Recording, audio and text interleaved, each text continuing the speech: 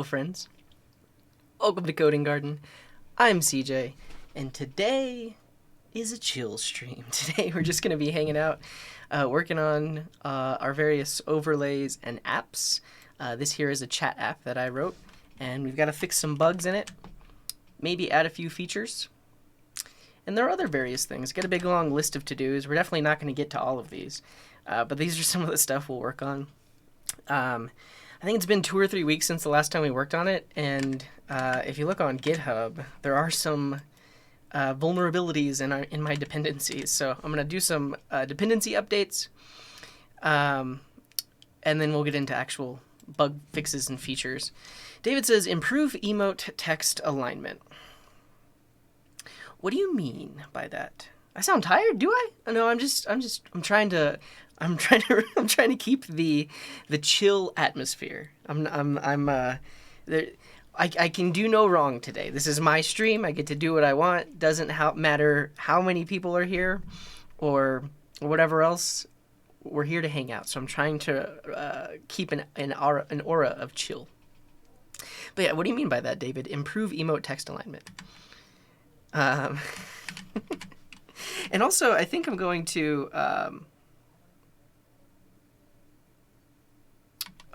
chill vibes. Yeah, I'm gonna play the ukulele. It's been a while since I did sing Happy Birthday recently. Yeah, what's wrong with this alignment? It's lined up with the bottom. Is it supposed to be centered? You mean, are you saying isn't every stream a chill stream? I mean, for the most part, yeah. But sometimes, like, I'm really trying to get one specific thing done, or we're really trying to create some content. This is not one of those streams. I mean, some people might consider it content. And it doesn't mean you're not going to learn anything.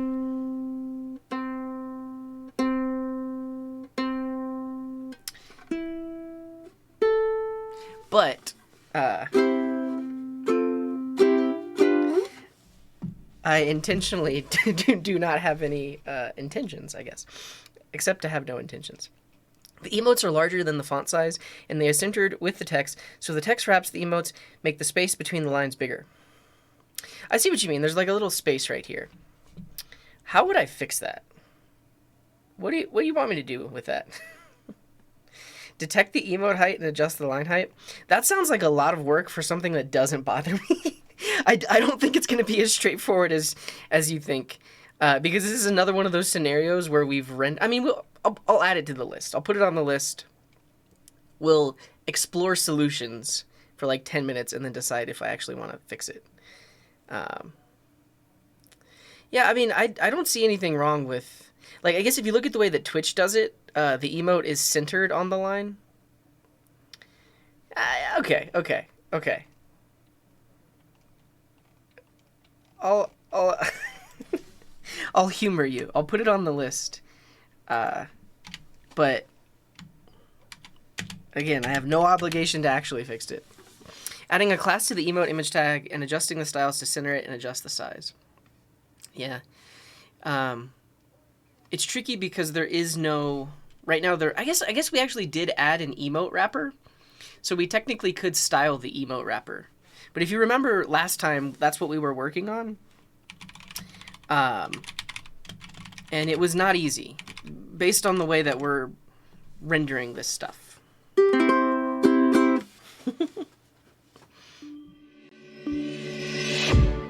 didn't mean to do that. I pressed the wrong thing. Well, hello friends and welcome to Coding Garden with CJ. Oh, hello friends and welcome to Coding Garden with CJ.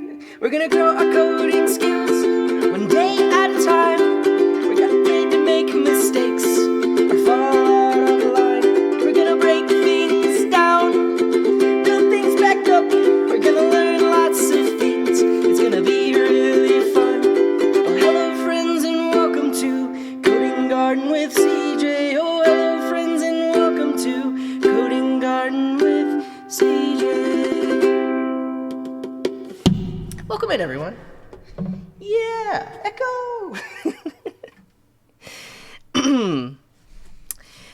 Uh, Puya asked, did I build this chat app live? Yeah. So,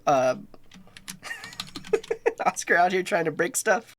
Hey, what's up, Adam MC? Thanks for being here. Thanks for the claps. But yeah, I've been working on these overlays for a long time. And if you click this link, you can see a description of all of the stuff, and specifically Sprout Kit, and the chat manager is this thing. And so there's some links to some YouTube videos. I think this page is still missing some YouTube videos because we've worked on it a lot since then, but you can at least see how the initial version was built. But yeah, everything that's running on my screen was built live on Twitch or YouTube, but mostly Twitch. And let's get into it. The first thing we're gonna do. Wait, was there an alert? I didn't hear it. Did it show up on the screen? Did you all hear it? Regardless, we have quite a few support events. The Shebas with 27 months. Thank you for all that support. Danielle with 17 months. Solly with the 3 months. And Rogue Soul with the 27 months. Appreciate you all. Here we go. I wasn't hearing the alerts earlier, so this is another overlay that I wrote. So I have it, so it's running inside of OBS, which is over there, but I have it running locally in case any, yeah, like that. Okay. Thank you for the gift, the Shebas. You didn't have to do that, but apparently it's working. There were some events that I thought I didn't hear earlier, but we appreciate you, the Shebas. How many is gifted is that now?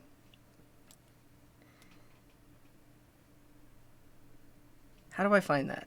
Isn't there a way to see how many you've gifted?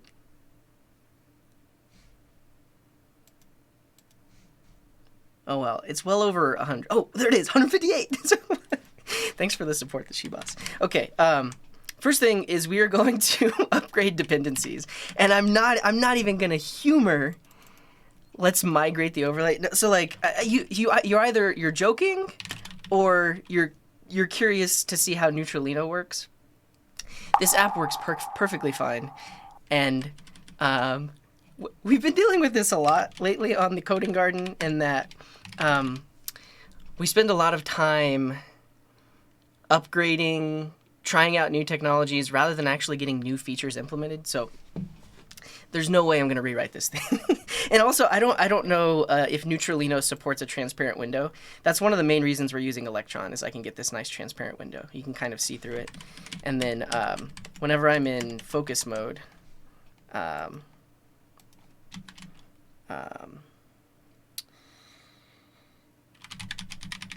it goes even more transparent.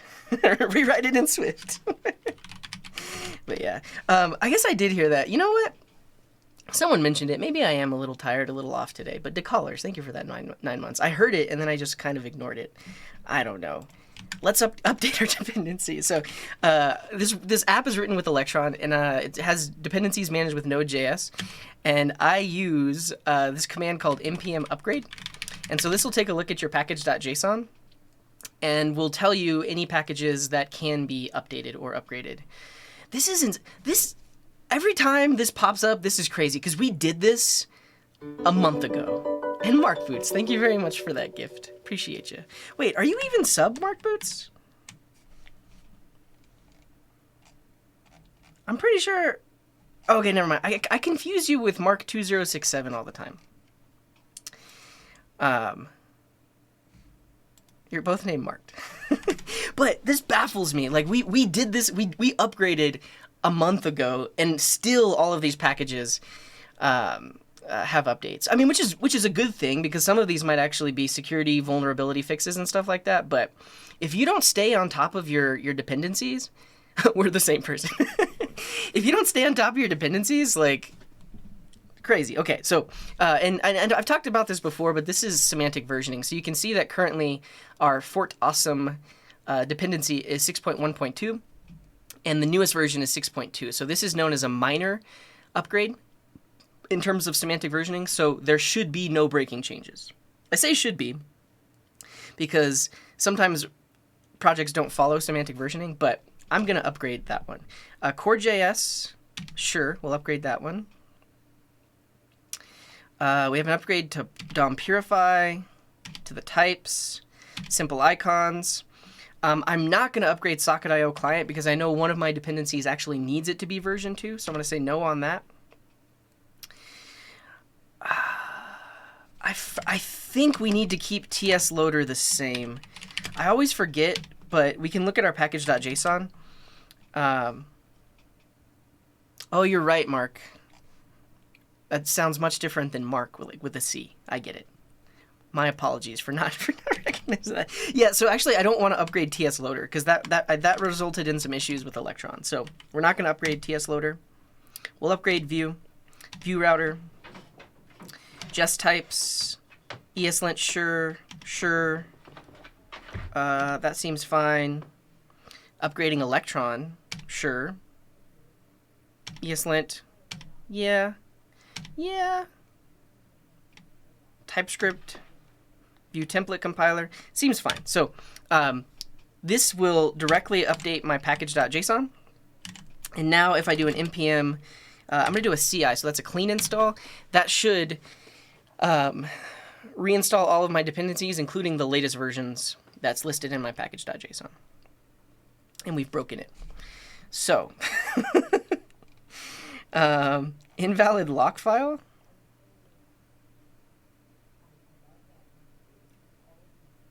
Ah, I see. So because I changed my package.json, I can't do a clean install. I need to do an install first, which will update my package lock. it's happening over here. JLOLS. I should probably kill the Electron app for now, because I think it's actually seeing that things are changing. Oh wow, there's still 20 vulnerabilities. But it saw that things were changing and then was refreshing the page.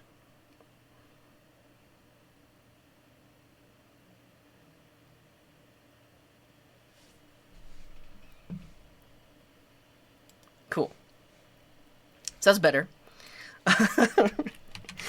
Rest in pepperonis. We honestly, we might have had this issue last time where we audited and we still technically had vulnerabilities, but oh yeah, it's the style guidance thing, which we talked about ripping out anyways. Okay. And Shah, thank you very much for the resub. I'm okay with that. I mean, someone currently has a pull request open that will adds Storybook, which we talked about before, like ripping out Style Guidist and adding Storybook. And thank you very much to D Chancellor for doing that. We'll have to review. There's a ton of changes that they made to get it all working, and a ton of new dependencies. So we may or may not. We probably should look at this today because they did quite a bit of work. They also mentioned that if I don't like it, I don't have to use it, but we'll definitely take a look at it later. But essentially, we have this documentation for all of the components. So we have like an avatar component and a chat card component and like a message line, a user info component. So we've built all of these components so that they're reusable, and then we have documentation for them. But this is using a thing called Style Guidist, which was actually for React, but then I found a version that was for Vue, but now it's out of date. I don't know, but we could use Storybook instead of this. Okay, we updated the dependencies. We still have some other things to do. Now, the number one fix that needs to happen is I need to limit the amount of nesting that you can do whenever you send HTML into the chat. Yeah, so if you do exclamation mark today, you can see some info about all of the overlays. But yeah, everything on the screen, I built live on stream. Yeah, so you can see earlier, Oscar did a bunch of marquees, like this. And this is fine. So how many is this? 1, 2, 3, 4, 5, 6, 7, 8, 9, 10, 11, 12, 13, 14? Okay, so I think 14 is a good... 14 14 is a good amount of nesting. So you can see Stotney, I think every now and then, it scrolls by. So we are going to limit, what am I saying? We are going to limit the amount of HTML elements that you can send that nest within each other, because that is actually what has broken the overlay running inside of OBS. So here, oh well, that's definitely a problem. But give me a second. But this is a come on.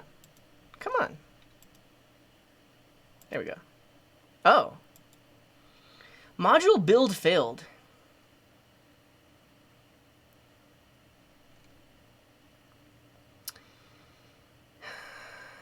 Are you sure about that? Regardless, this OBS overlay is using, it's a separate page from the Electron app, but it is using the same components.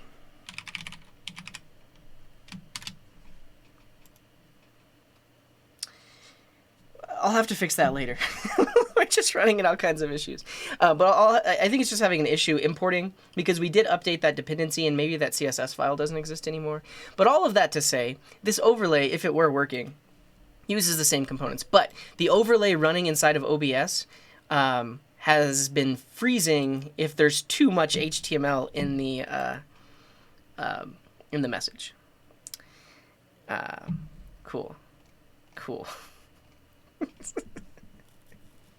What do I usually use to sanitize the input field on the back end to avoid script tags?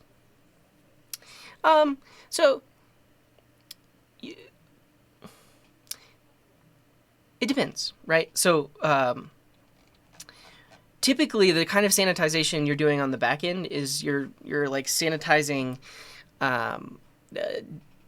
data that would potentially be inserted into your database. So you're sanitizing things that might potentially be like a SQL injection, or you're sanitizing things that might be like a command injection in like a MongoDB query or something like that. So I always have validators that make sure that the thing that I'm inserting is what I expect it to be. And then when you're using a front-end framework like Vue.js or React or these various things, they all have built-in support for sanitization in that it will not render HTML unless you explicitly tell it to render HTML. Now, you technically could have some validation on your backend that also strips out less than and greater than signs and stuff like that. But that really just depends on what you're doing with that data. I mean, honestly, that's the safest thing to do, because especially if you were using that info in like a server-side rendered page, then you could run into some kind of cross-site scripting or some kind of injection. But I don't do server-side rendering. Check my RAM, 68%. Come on. Okay. I lost my train of thought. But like I said, it doesn't matter. Today is my day. Let's look at DOM Purify, because this is the library we're using to sanitize the inputs. And I want to tell it how much nesting it should try to parse. And anything below that nesting amount, it should just throw away. I don't know if that's built in. We might have to just write a custom hook to do that. Because right now we have some custom hooks that intercept.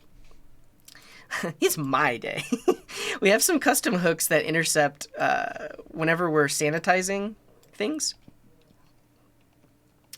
And for instance, when it comes across an image, it wraps it in a span, so that way we can do, or actually when it comes across an emote, it wraps it in a span, so that way I can do like this little overlay, or this hover, what do you call those things? Tooltips.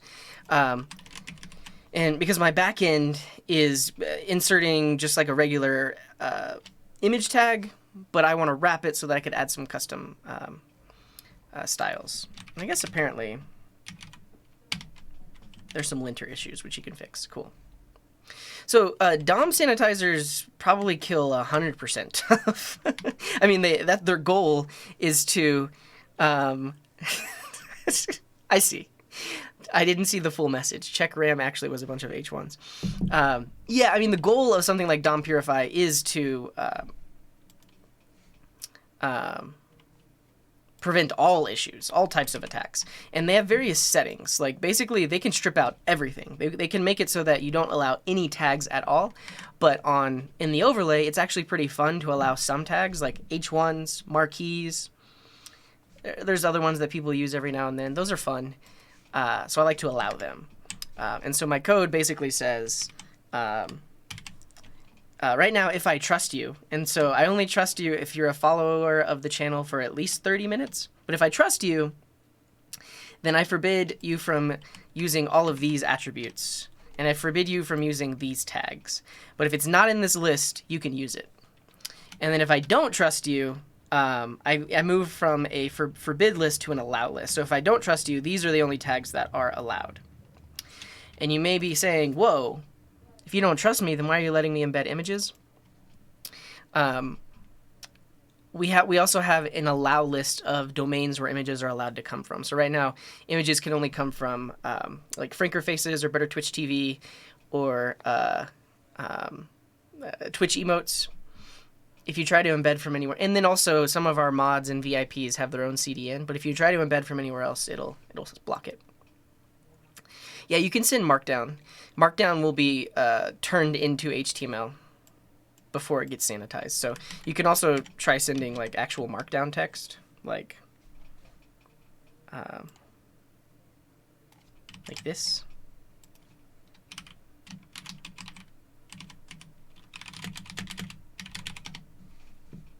Yeah.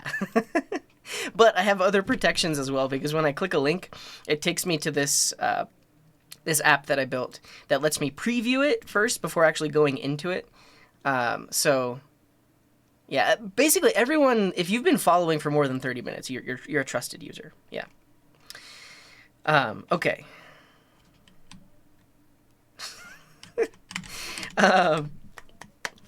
So what we could do is upon a sanitized element, we could keep track of how deeply nested this specific element is. And if it's any more nested than 14 levels deep, just stop rendering. Just return nothing.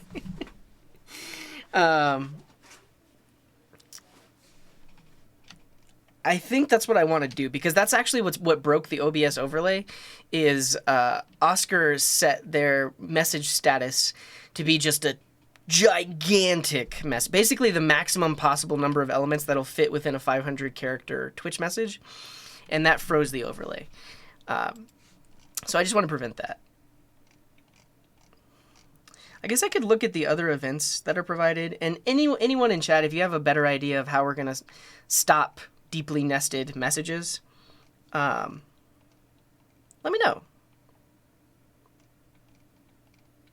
Because my thought is, I mean, Oscar didn't break it. Oscar revealed that there was an issue and then exploited that issue.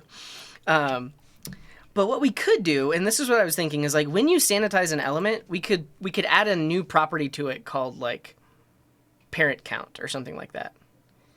And then each new element that gets added, we reach into the parent and grab its count. So if node dot parent node is a thing, node dot nest level equals parent node dot nest level plus 1. Else node dot nest level equals 1. So the first top level node that we see, it has a nesting level of 1. And then if there's an element inside of it, it has a parent node which would have set its nest level, and then we increase it by that. And this is complaining because nest level isn't a valid property in the DOM. But that's okay, because I don't mind modifying some DOM elements here. It's not going to hurt me. I guess this is a TypeScript error, though. Does not exist on type element. We can just TS ignore it, though.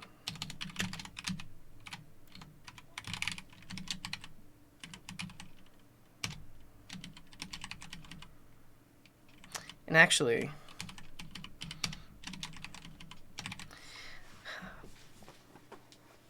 you're right, we could use data attributes, but do I really want to use data attributes?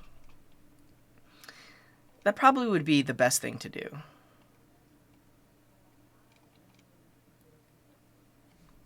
Yeah, so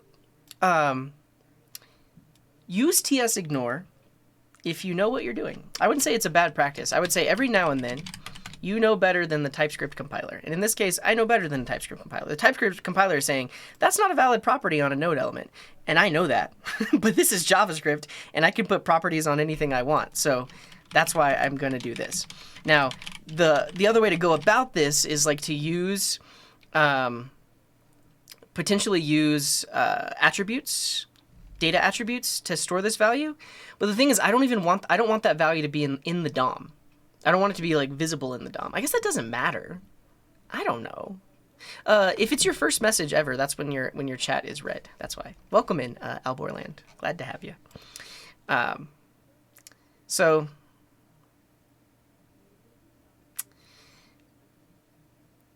you're telling me I can use it on the entire project? Yeah. Yeah. No. And so I think that's the thing is like you can use TS ignore, but just use it for good reason. Like, don't use TS ignore because you don't want to redefine types. Like, technically, I think I could extend the element type, and then I could actually cast it or do a typecast to it. But I don't want to. I don't care about doing that. But here's what I want to do. I want to see what the nest level actually is.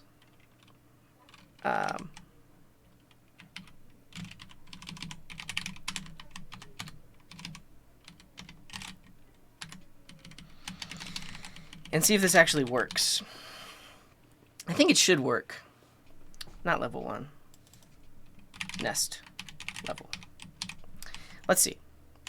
So now, because this is an Electron window, I can open up the DevTools. And if I refresh,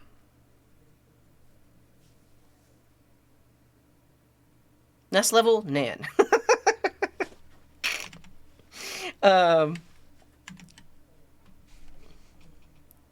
So apparently every single one actually has a parent node.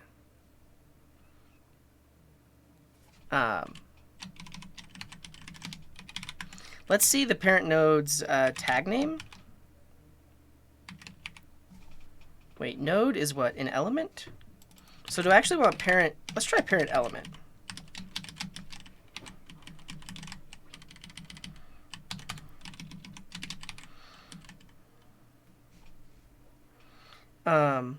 Node is possibly null. Parent element is possibly null. That makes sense. Okay.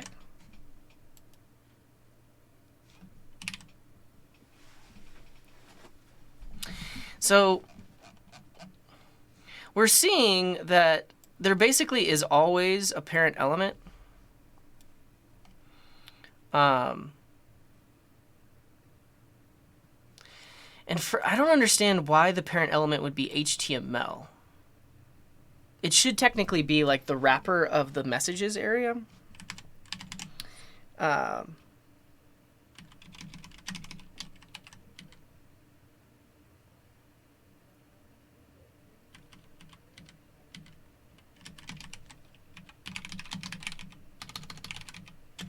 So I'm just gonna put a value on here.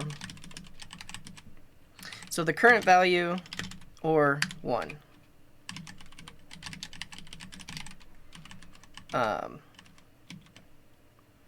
And then we use the current value and add 1. And then eventually it should have it.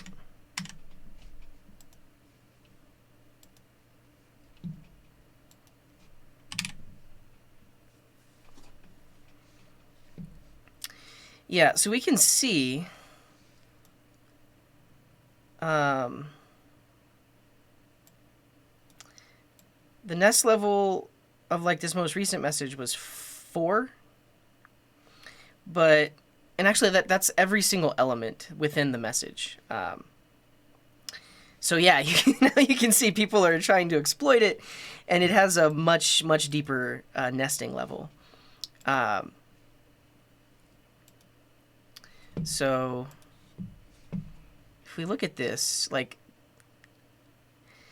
yeah, I guess I will use data attributes because I kind of do want to see I want to see what the nesting level is. But this element should have a nesting level of just 1. So let's use data attributes. Okay, and then yeah, so we can see that what Oscar just sent had a nesting level of 20. Is that the maximum possible one, Oscar? I don't think it is. You could go deeper. Go deeper. Okay, so now instead of nest level,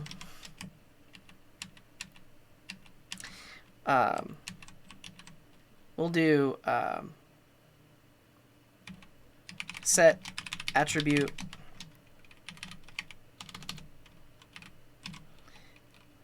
data dash nest.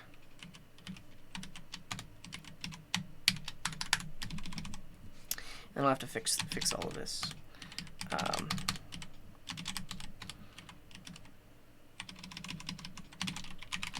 So we'll get the attribute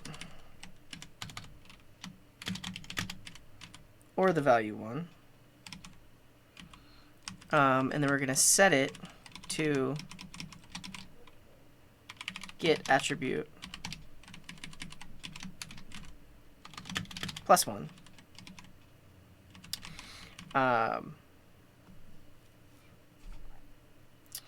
And then we have to it has to be a string. That's the other tricky part of like putting it in the DOM, is it's going to be a string. That's okay though. But then we have to go in and do something like this. And then because we're in TypeScript, it's like we're trying to add a string, in this case, to a number.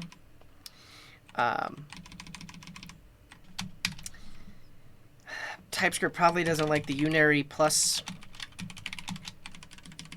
So we could do this.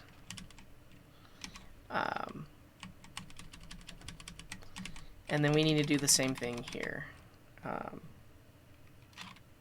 Well, no, we need to make this a string. Cool. And that's it. I'm going to format, yeah, like this. So TypeScript has made us write more code, which is fine. Like, technically our code is a little bit safer, but like, here's the thing about this specific scenario. Like, I know that it's going to be a string because I put it there. It's in the DOM. And then I know that, I guess technically JavaScript wouldn't let me, like if I tried to do string to a number, this actually would result in concatenation. So I technically do need to parse it. I don't know. I'm in a mood to be mad at TypeScript today. Okay, we're gonna log node.get attribute data nest.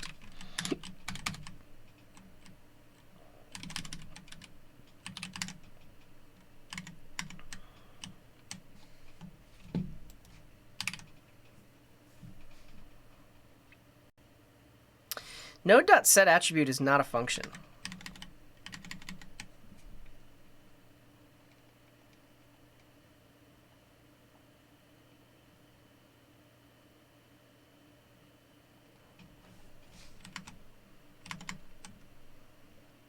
Disagree.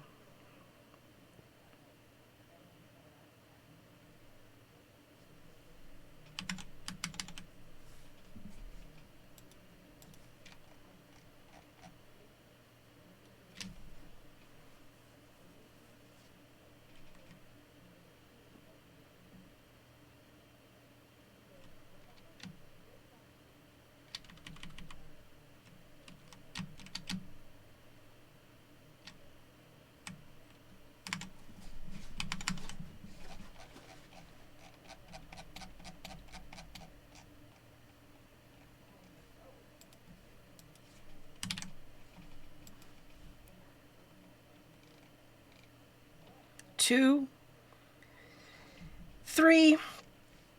And then node.setAttribute is not a function.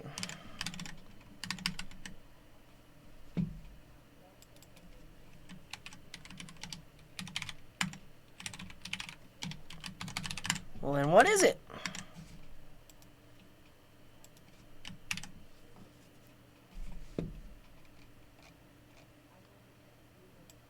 Node.setAttribute is just undefined. Oh, I guess it technically could be a text node. That's probably what it is. Oh, man. And if it's a text node, you can't set attributes on a text node.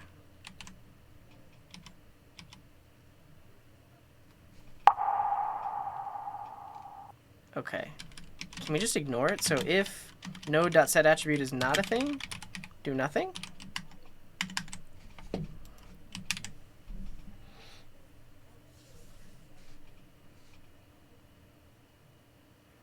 And Beacon, or Bcon, thank you very much for that, Prime. Okay, that seemed to fix it. But what I'm curious about is, like, what is the nesting level of this? Yeah, so for whatever reason, the nesting level of this p tag is now 3.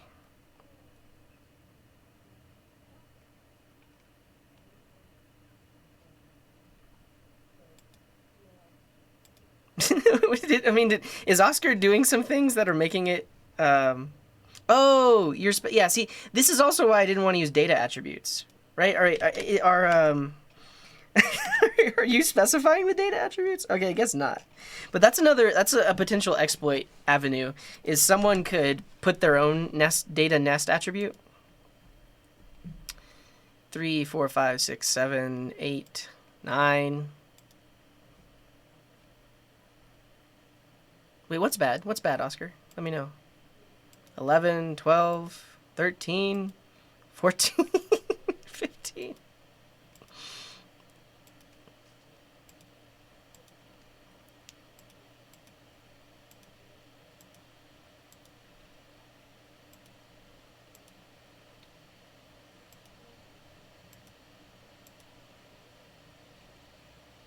Hello. Data nest -1. Yeah, honestly, I think I'm overwriting it anyways.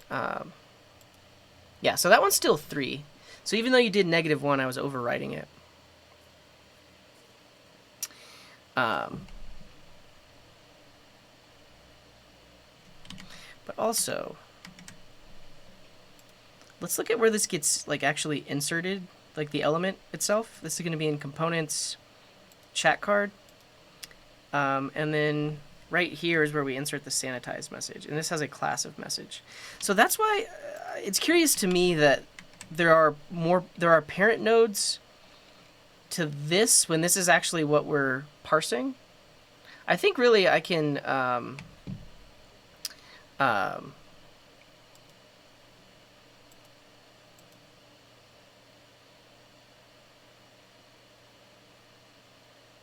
could just subtract 3.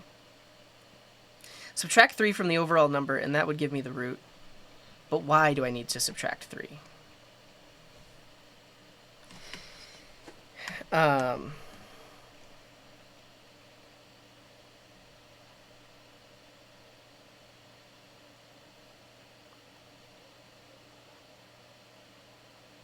Yeah, I don't like this. I don't like this set attribute thing.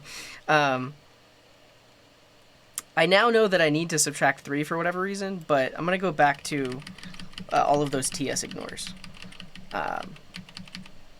Because the code was simpler, and it didn't have the issue of someone potentially just passing in their own data nest attribute.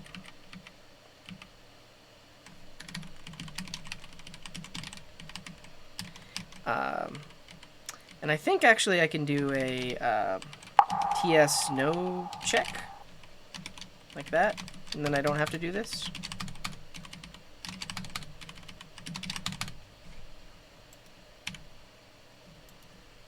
How does TS no check work? Ugly method, count the number of greater thans in the entire rendered string. I don't know if how I would do that with DOM Purify, because DOM Purify gets access to each element. Yeah.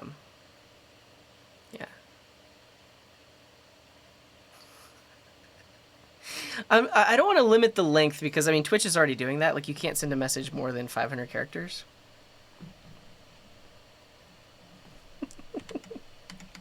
What's your backdoor?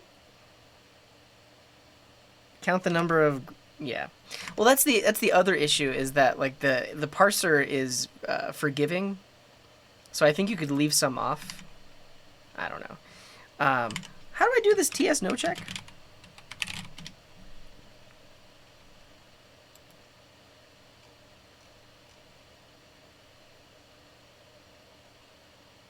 It only has meaning in JavaScript files?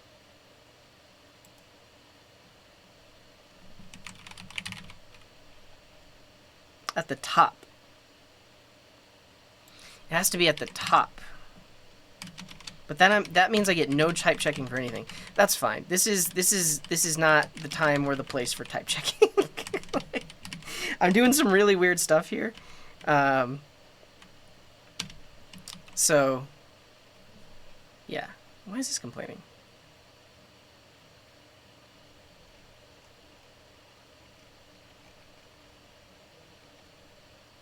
Here. Cool. How would I count siblings with nested children? I guess siblings don't matter. I think the nesting is what actually matters. Because what I can do right now... and actually... So we're never hitting this node nest level equals 1. We're grabbing the nest level and then adding 1 to it. Wait, maybe we are, though.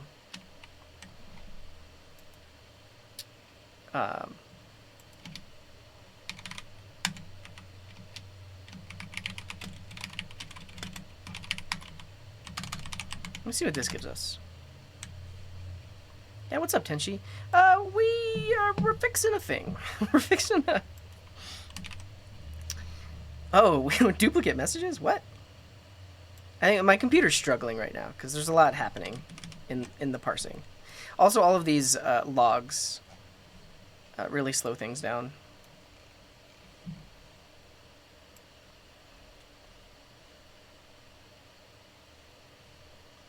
Wait, so we literally never hit parent node?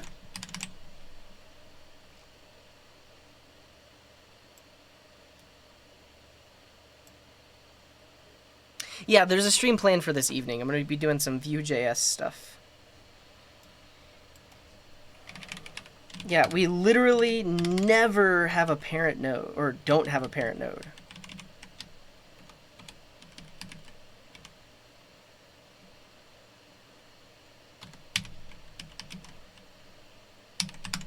Okay, that should reduce it by 1. So now the maximum, I mean the minimum would be 2 for whatever reason. I think.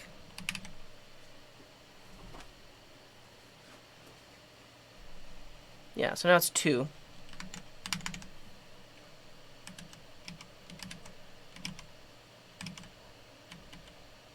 Cool. This is good enough for me. I'll just say if node.nestLevel -1 is greater than 15, then we can just say node.innerHTML equals node.textContent, like that. And then it will no longer have any nested elements.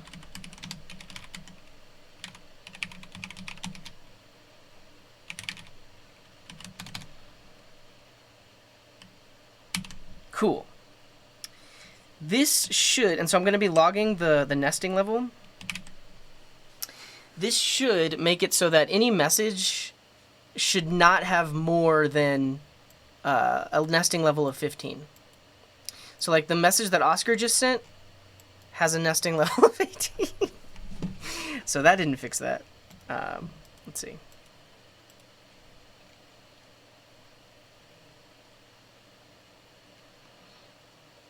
It's working.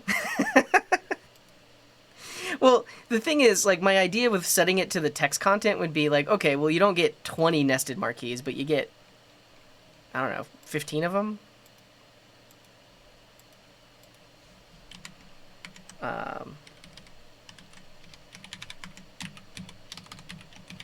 Max reached.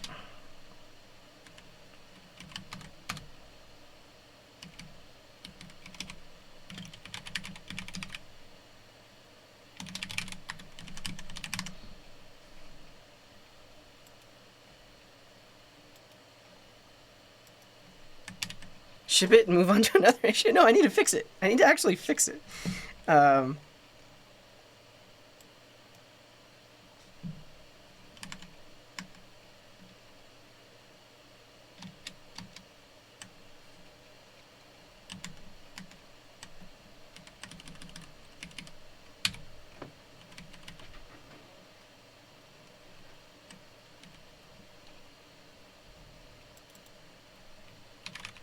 Outer HTML?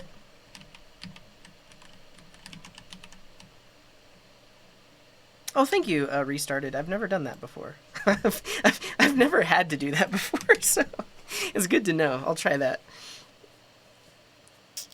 And Fluffinstein, thanks for the love. And Funny Boy, I think I missed that. Thank you for that Prime sub.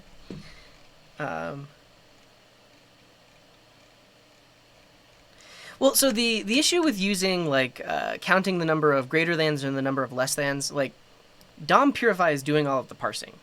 If I were to, like, I'm not trying to remove the entire message if it has more than a certain amount. That actually would be way easier to do.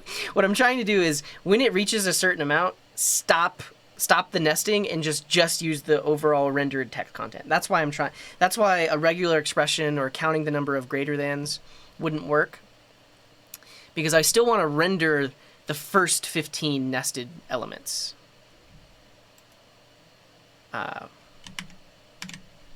That's why I'm making this harder on myself. Why is it going all the way to 17 though? And Quantum Beta, thank you very much for that sub.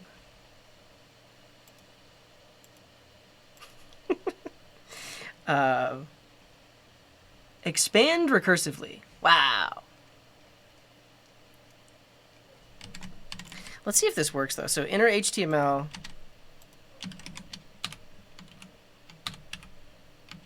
It's a P tag that says bad boy.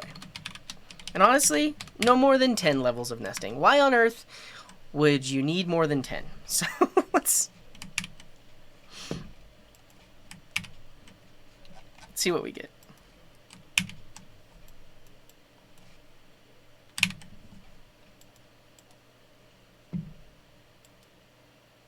Oh! Yeah, I've created an infinite loop.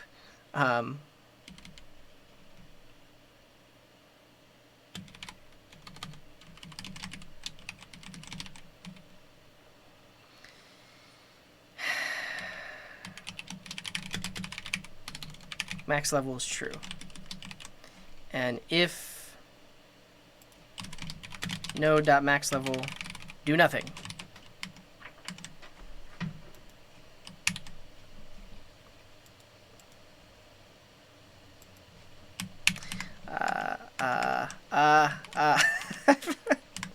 I created an infinite loop because I added the p tag on, and then that became a nested element, and so then it would keep looking at each nested element.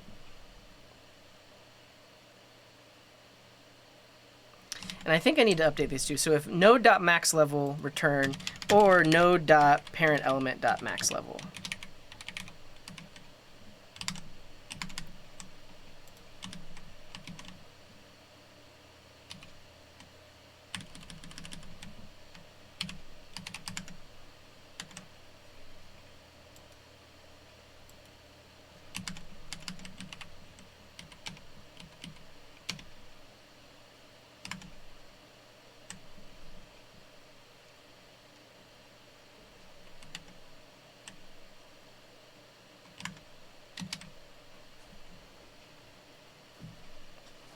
Great.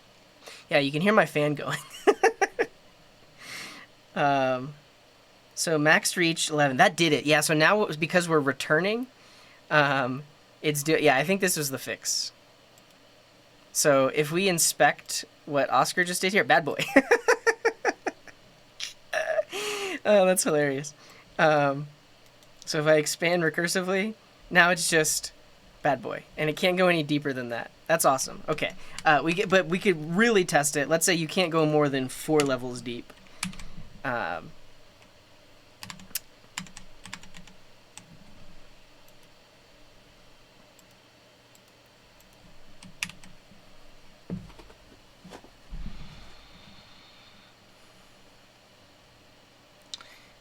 And so, for instance, yeah, now this doesn't go any deeper than that. All right, I'm glad I figured that out. Is this the best possible solution? I don't know. I'm not using. Okay, maybe I'm not looking at the latest. Okay, cool. But Josie says, "Can I clear chat?" I'm just curious why there's so much white space here. like how many? Oh, because they're not nested. Nice. That's fine. I don't mind that. That's not going to break the overlay. But the marquees nest themselves because they're elements that need to be closed. Yeah, welcome in, Jan. Yeah, I mean, that's why it's fun to let people actually, like, write code in here. Because, you know, people like to play around with it. But yeah, style tags are banned. We learned that early on. So that happened probably the first stream we were building this thing. Somebody did that, and we're like, oh, can't allow style tags. All right, I'm happy with this. I will let you nest 10 levels deep. And then we can stop logging. And also, I think this should work. If I do a span with node.text content. So instead of saying bad boy, it'll just overwrite it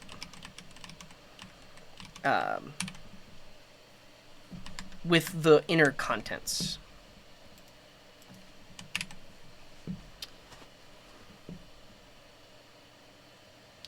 And so, oh. What'd you do there, David? I'll have to look at the Twitch chat, see what you sent. But, like, this one...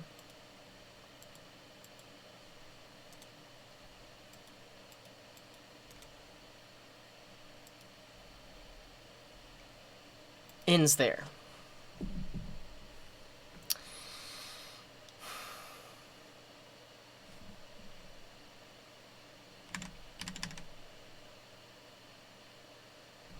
Why wouldn't text content grab the innermost thing?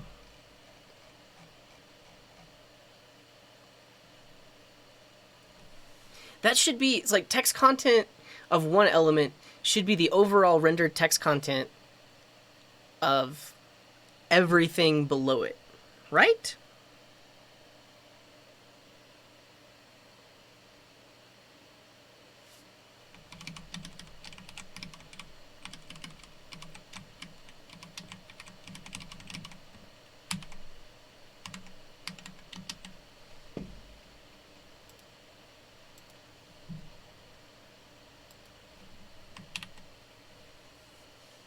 But inner HTML would include all of the nested elements as well, though.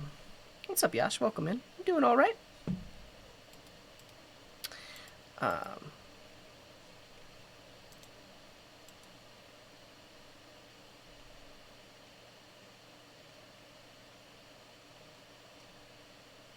Oscar's earlier said thank you.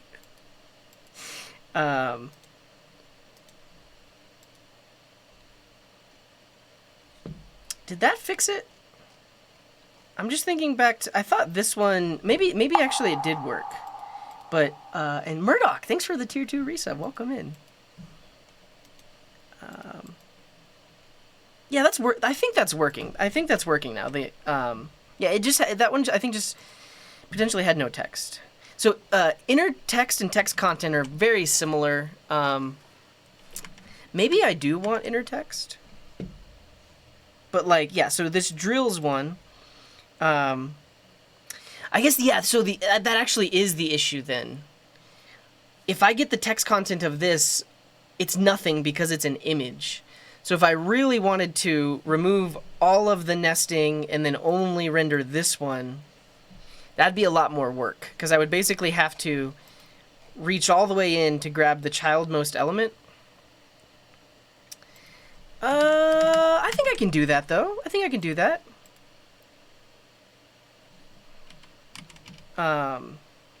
We have a function that takes in a node and returns node.parent element. Oh no, node.child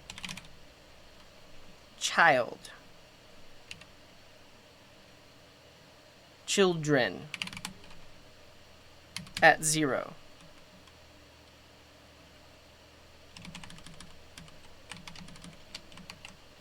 So if node dot, I mean, I don't know why I don't have type completion. Oh, it's because I'm in a little, I got to do this. Get innermost node. This should give me type completion. Node dot.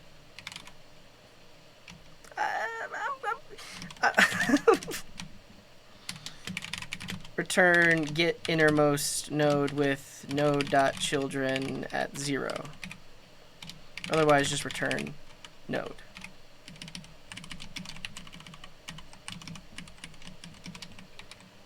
Get innermost node of node and grab its inner HTML.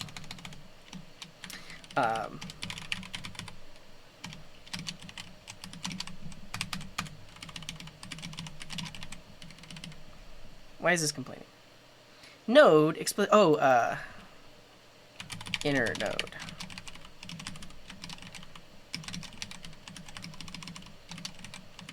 Okay, so if a node has a child, get its child. And if that child has a child, get its child. But if it doesn't have a child, then we just use that node. And then we take that node and we grab its inner HTML and put it on the most deeply nested node. Inner node is an anytime. Oh, I removed all type checking. Yeah, I don't care about type checking anymore. I don't want to try to type check this. Like it's this is already hacky code to begin with. Like sibling nodes. I don't know. What is it? Okay, cannot read properties of undefined reading children. Oh.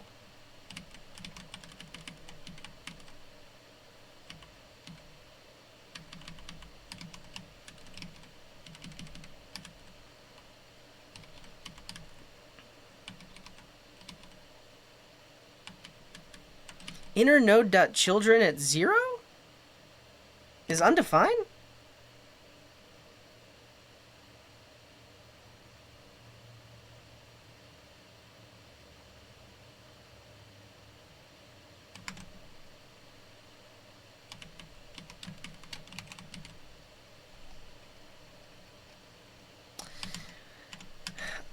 Maybe I don't know the right property. Maybe it's not children, isn't it? Is it like child nodes? Children is an HTML collection of what? And then child nodes is a node list of child node. Has child nodes?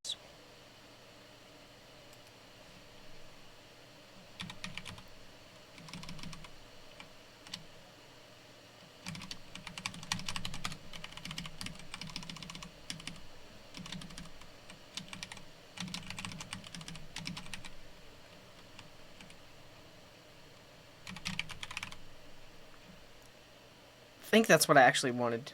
I think children would have worked too, but if because the array will always be there, but if the array has a length, then do it. I think that's the fix.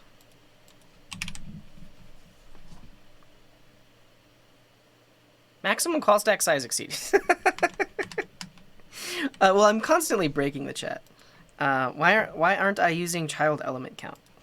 Why are you talking to me like I know what I'm doing? Child element count?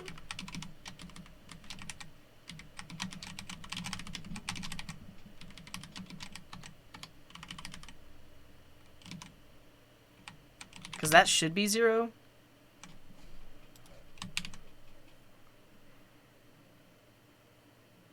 Yeah, why would I run into a Stack Overflow for nested children?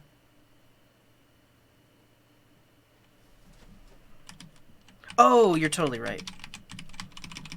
Has that been that way the whole time? Thank you, Yash. I thought I fixed that. There we go. Whew. Okay.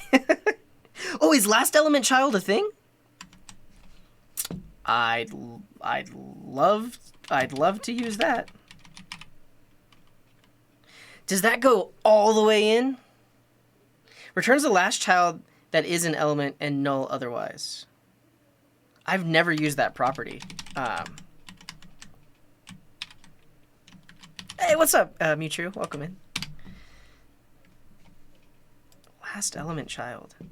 Returns an element's last child element. Oh, okay. That's not. I don't think that's what we. I don't think it's what you think it is.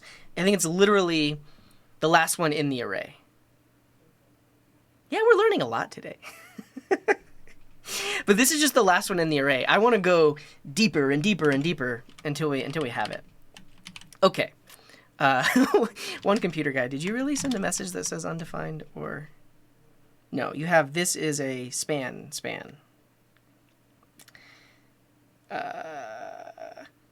Error. Okay. What do I want to test? I want to test what something like this. So you basically have a bunch of nested elements, and then the last nested element is an image, but I want to remove all parents up until the 10th and then replace it with the last. You sent that again? Okay, let's take a look.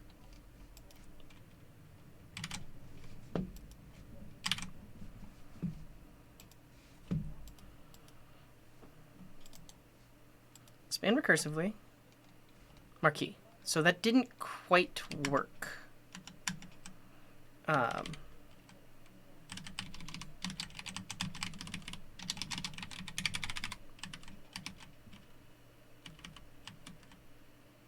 What's the difference between a node and an element?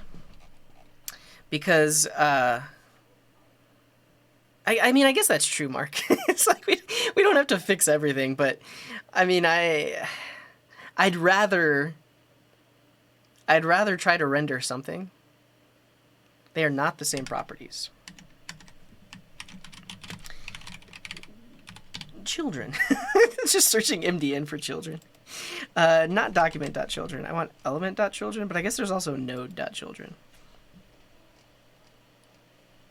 Like, that's what I thought should work, but right now we're using child nodes.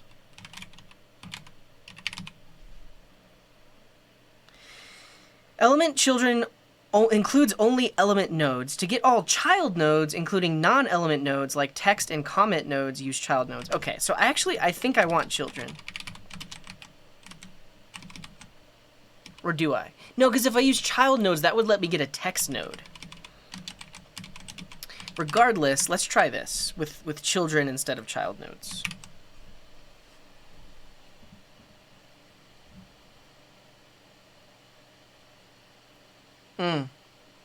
Great. Cannot read properties of undefined reading length. Oh.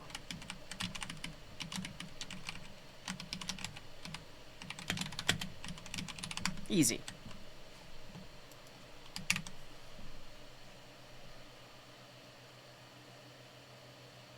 Welcome in, Shad, who uses Arch. Very good. You're allowed to do that. Let's see.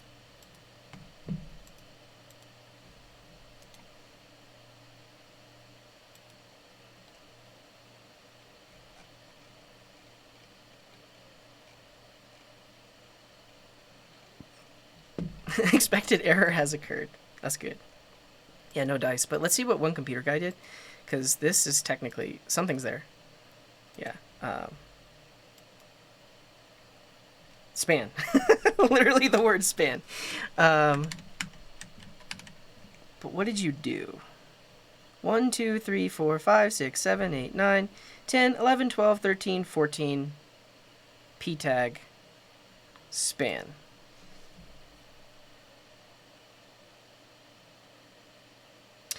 So that makes sense, though. So the p tag technically would have been another nested one. And then you would have had a span, and then we're grabbing its inner HTML. Somebody did a rickroll. Yeah, that's a rickroll. Does it count as being rickrolled if I hover over it? Yeah, it did. Okay, so this is the one that we want to fix.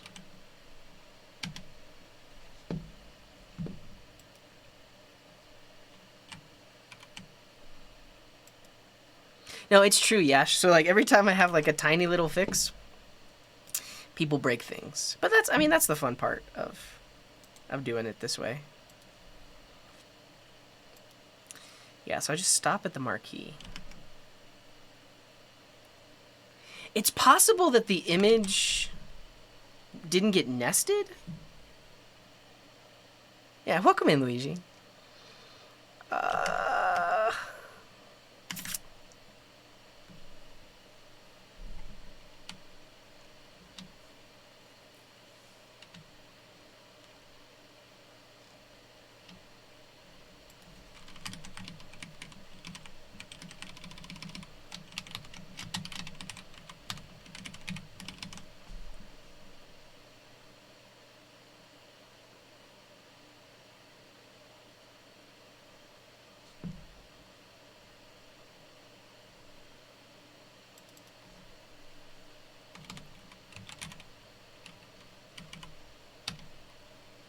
Can I override this to just do this?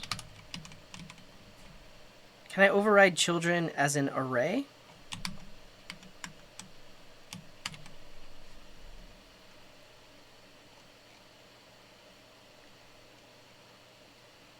Read-only property.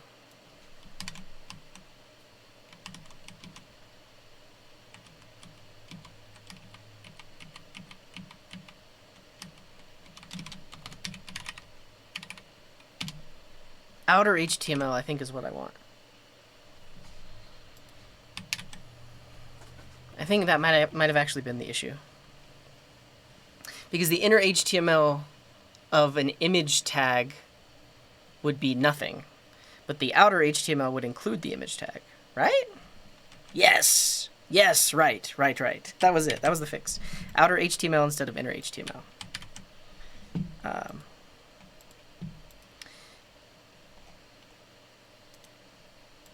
Because now we get that last one. All right. That's it. That's all. There's no bugs. It works perfectly. Cool.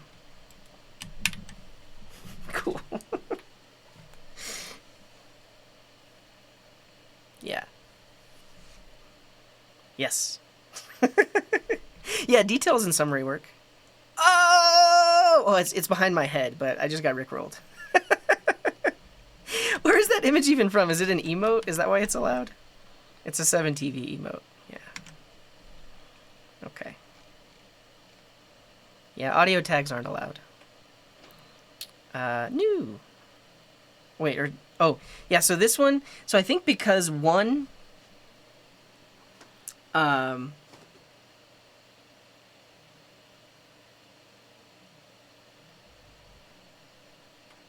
Because one is a sibling, we forget about it. We just grabbed the first one. I'm okay with that. I'm okay with that. Yeah. All right, I'm really happy with this. I'm happy with what we did here. It's not, the code isn't too complicated. We did disable type checking. So here's the thing: if we re-enable type checking, I guess technically I could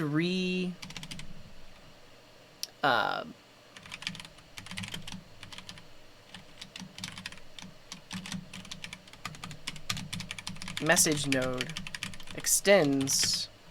What type is node? Node is an element. And it has a max level, which is a number. And it has a nest level, which is a number. Max level actually is Boolean. And then now I can say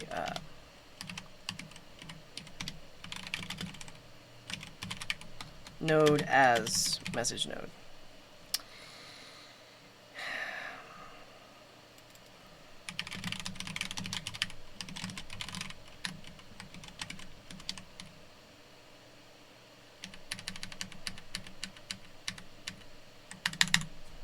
like each of these should be message node. Hey, nice. And then whenever we use the parent element, we say that is a message node.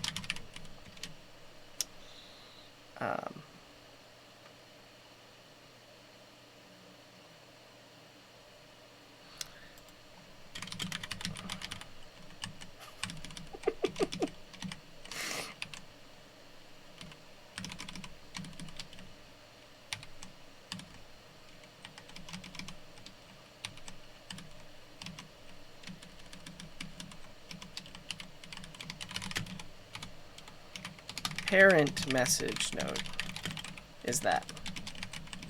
Then we can use it.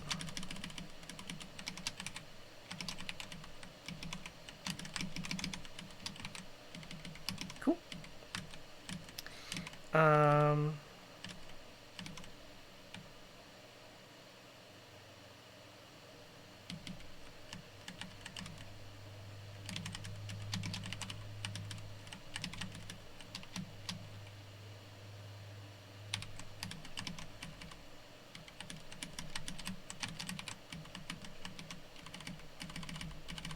All right, we fixed all the type errors.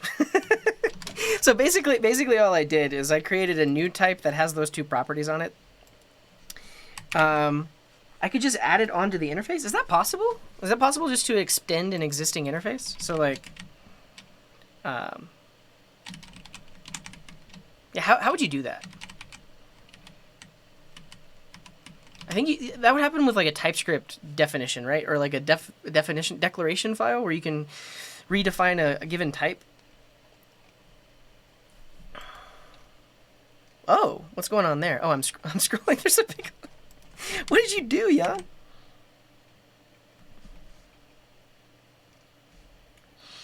Interface message node has parent element property that is of type message node. I see. Oh. How on earth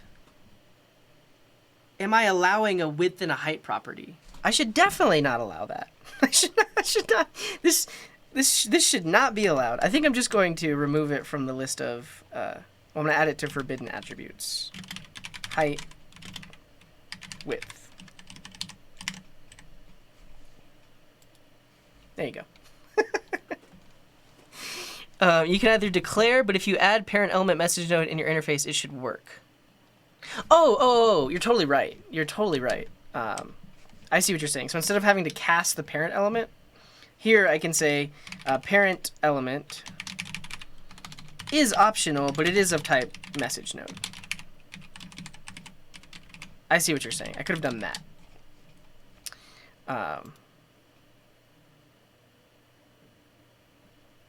Yeah. And then I don't have to do all this business.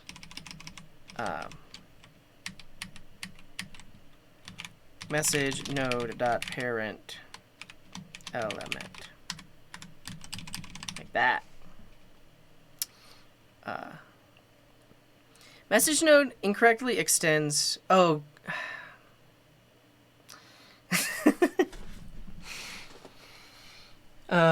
Type undefined is not assignable to type HTML element or null. Oh, I see.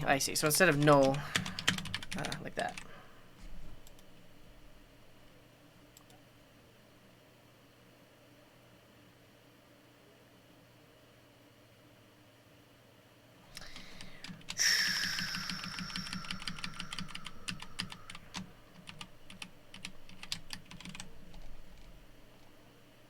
Cool. I fixed it. I don't want to deal with that type error. Like that type error isn't exactly helping me that much. I mean, I just want TypeScript to stop complaining.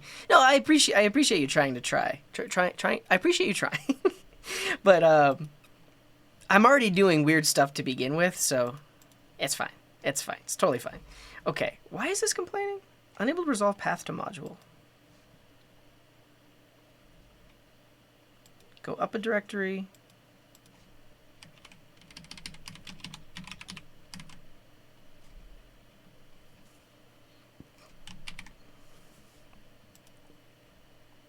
The whitelist works.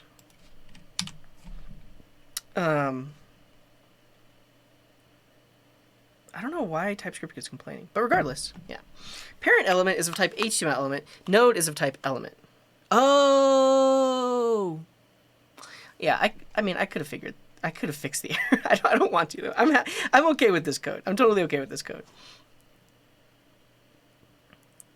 Without width and height tags, some of my CDN images are massive. So you know what I need? We need multiple levels of trust. So first of all, we have untrusted, we have trusted, and then we probably have like VIPs and mods, which are like super trusted, and then they can do whatever they want. Oh, I know casting is bad. I know. But this is better than a TS no check. Better than a TS no check. You want to be super tested or trusted? Here's the thing, Oscar. You're the one that has broken the overlay the most. So, all right. I guess I'll allow width and height. Yeah.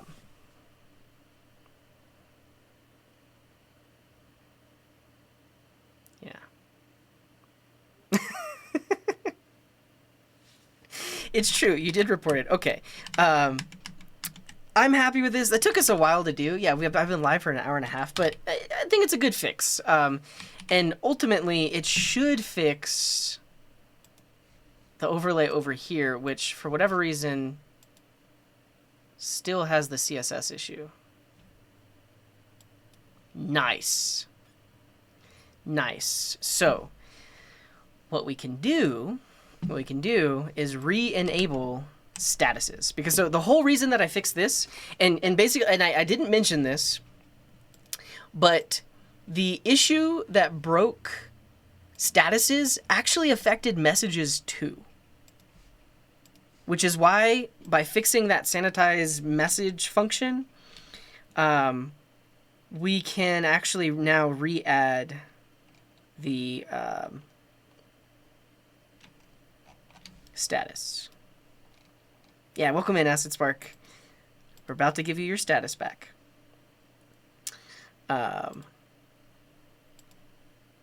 Coding Garden chat card. Status line. And then we should see that. Okay. So, there we go. now people's statuses are back. But, like if you try to set your status to like a deeply nested marquee, it's now going to prevent you from being more than 10 levels deep. Also, I don't know why. Oh, you know what? For whatever reason, I think the actual like status line.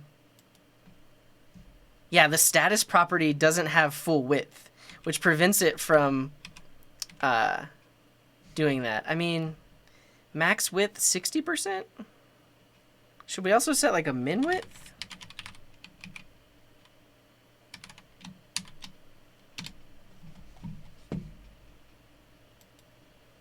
There's a P tag, and the P tag has no width.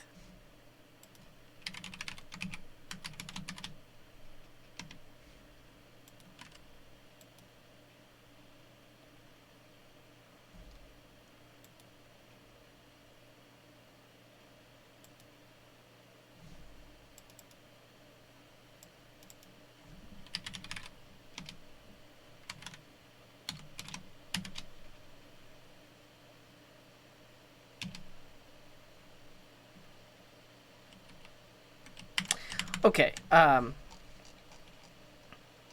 status P should have a width of 100%.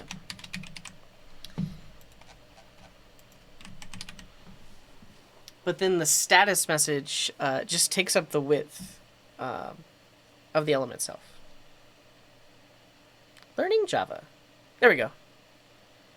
I fixed it somehow. It's funny that it's only the size of the image though, so you just see it every now and then. Cool. Welcome in, Cyber A1ON. Yeah, I don't use Vim. I'm a strong proponent of using keyboard shortcuts that exist on pretty much every operating system. I will show you those.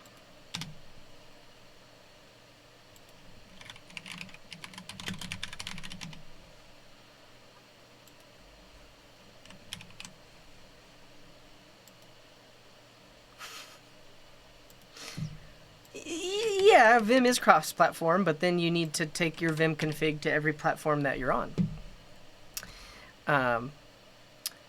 So yeah, if you check out this link here, these keyboard shortcuts work everywhere, and it's pretty much all I need when I'm editing code. So here's the interesting thing, is that they also work like...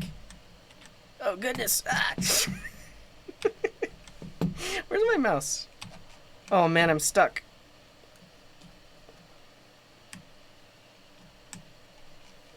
How did I get zoomed in like that? This is insane.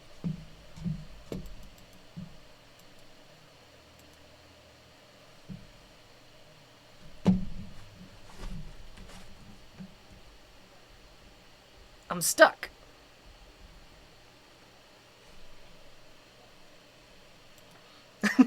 Oh no! Oh no! I'm happy partying face coding cheer 1000. Please don't break it again. Oscar M face with tears of joy. Face with tears of joy. Thank you. Thank you very much for the bits. Hopefully it doesn't get broken again. But my screen is permanently zoomed in and I don't know what to do. Give me a second. Oh man, I should not be clicking like randomly like that. This is gonna end badly. I'm trapped in my... Yeah, I need to unplug my HDMI to see if that's going to fix anything.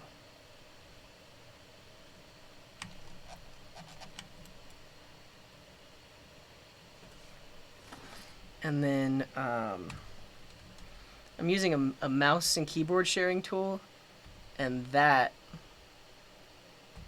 I think is also messing me up.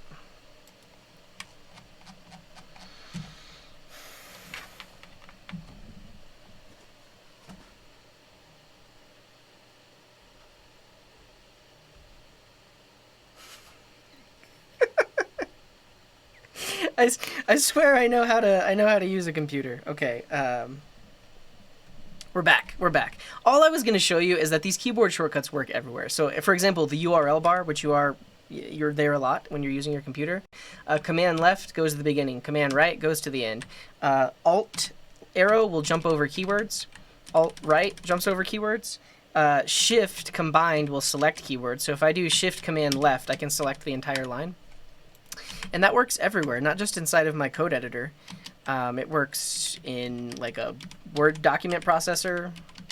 And like those are really all the keyboard shortcuts I need. So like select from here to the beginning of the document. Done.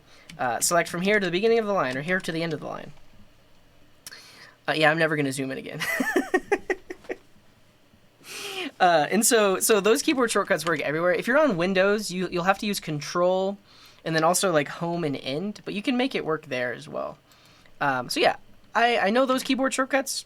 That's pretty much all I need for text editing and everything else. Yeah.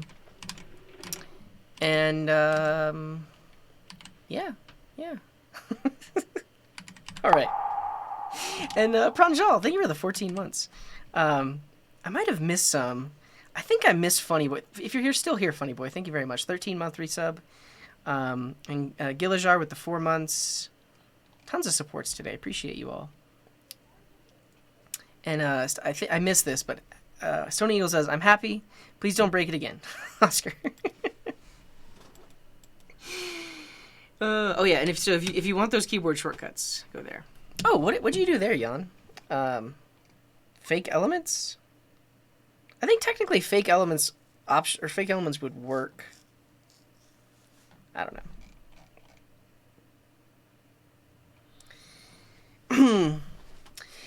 Yeah. I mean, obviously there's more to Vim than just like keyboard shortcuts and effectively using your editor, because there's a lot more things that you can do. But all I'm saying is like I don't know. I like my VS Code. I like my extensions I have installed. I'm pretty effective. I'm pretty fast with it. And I think it's all that I need. Okay, I'm going to commit this.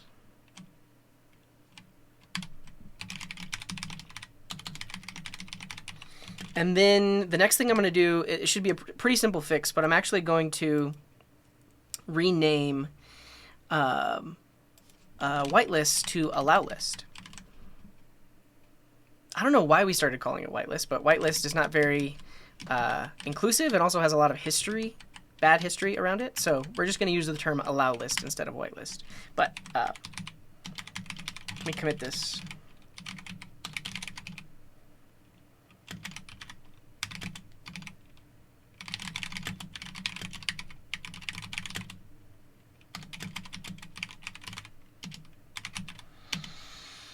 Cool. Yeah, so allow list, deny list, ban list, all of those are better terms than just whitelist. And I mean, if you're not familiar with why that's the case, or block list, because like the old terminology is a whitelist is good and a blacklist is bad. And that's just been language that we've used in English for a very long time, but it's not very inclusive these days because it often has to deal with like white or black people. Obviously, we didn't mean that here. So we're going to use allow list. And changing this should update all of my imports. Let's see.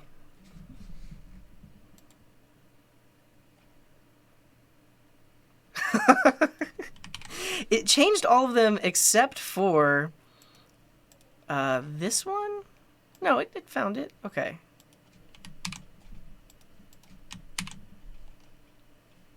Yeah, so there are two spots that we imported. In the background, which is the thing that's running Electron, and then in the sanitized message thing. I'm just going to search everywhere and make sure that we didn't reference it anywhere else. Yeah, these are all bundles, so we should be good there. Yeah, that was an easy fix. And I think someone opened a GitHub issue for that, or I think they might have just messaged me on Twitch mentioning it. So, we've done it. Great. Let's take a look at the... Was it Vedith? Cool. Thank you, Vedith. Appreciate you. We will look at the PRs and the issues now. So, some of these issues are very old, so I might just close them. So this one's from Ivo. Allow placement of subscription badge below the avatar picture. I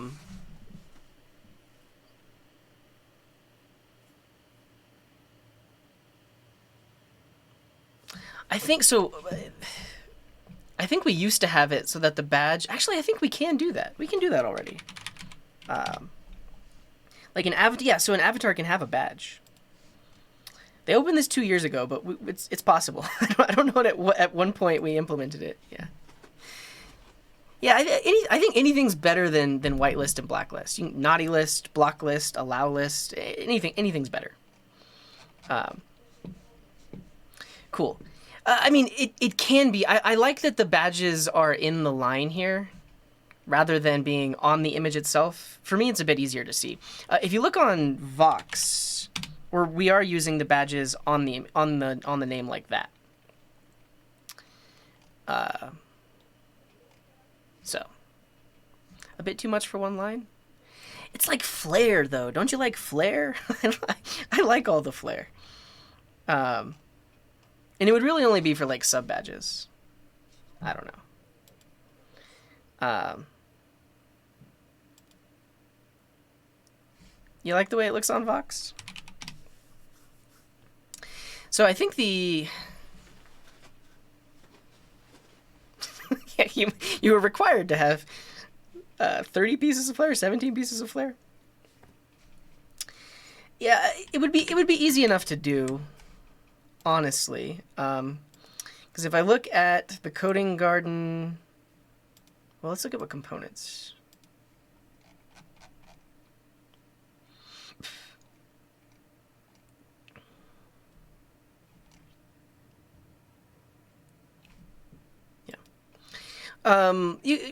You only can test the badges if you have them. So like Super Wordster has the VIP badge.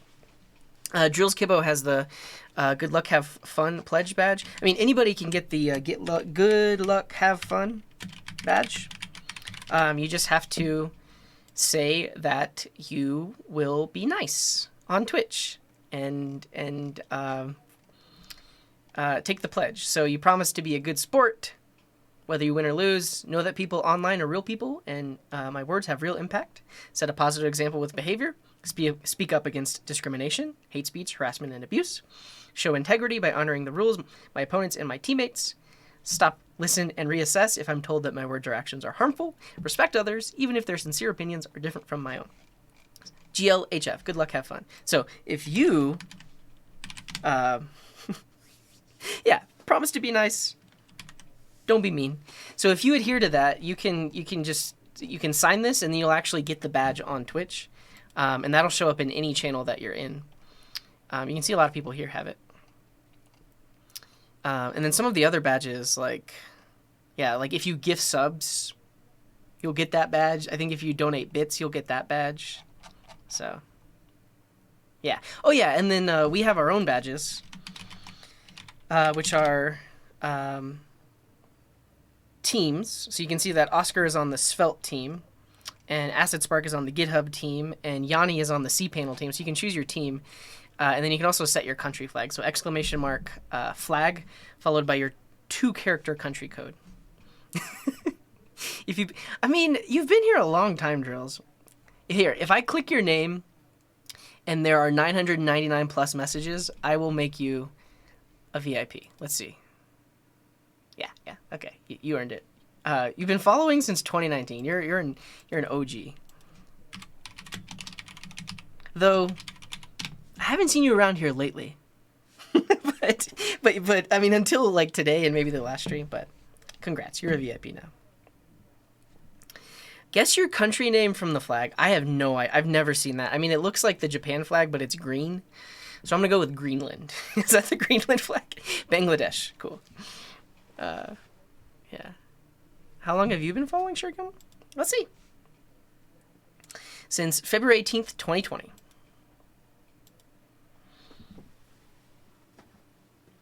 That's Israel? Yeah. Yeah. Oh, of course you are, Drills. Yes, I'm sorry I said otherwise. I'm sorry I said otherwise. You are one of the most active on the Discord, and I appreciate it. I guess at your flag? No. It's not Norway. Is it Finland? Sweden? It's a Nordic country. Norway! My first guess was right. I'm getting better. I think the command is followage, but it comes from Alkabot. Yeah.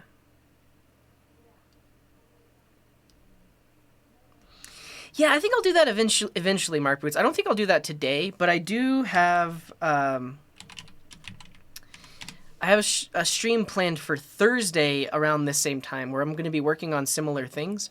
So maybe we could research that then, like a 7TV extension, because we have a lot of cool features in our chat, and it would be cool if we had a 7TV extension that you could enable that would let you see all of these things in the chat. Yeah.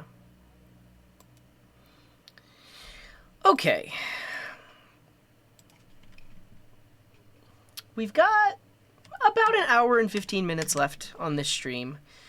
Let's finish looking at the issues. Oh yeah, I guess what we were going to do is potentially put the badge on the icon.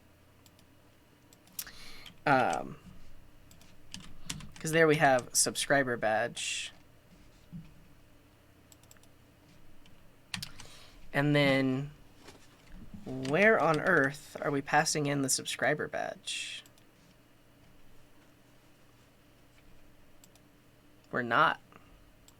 I mean, I guess we technically could, because the SK user info, does it parse the badges? Yeah, it looks at badge list. And then we have to literally make an API request to potentially get all of the images for the badges.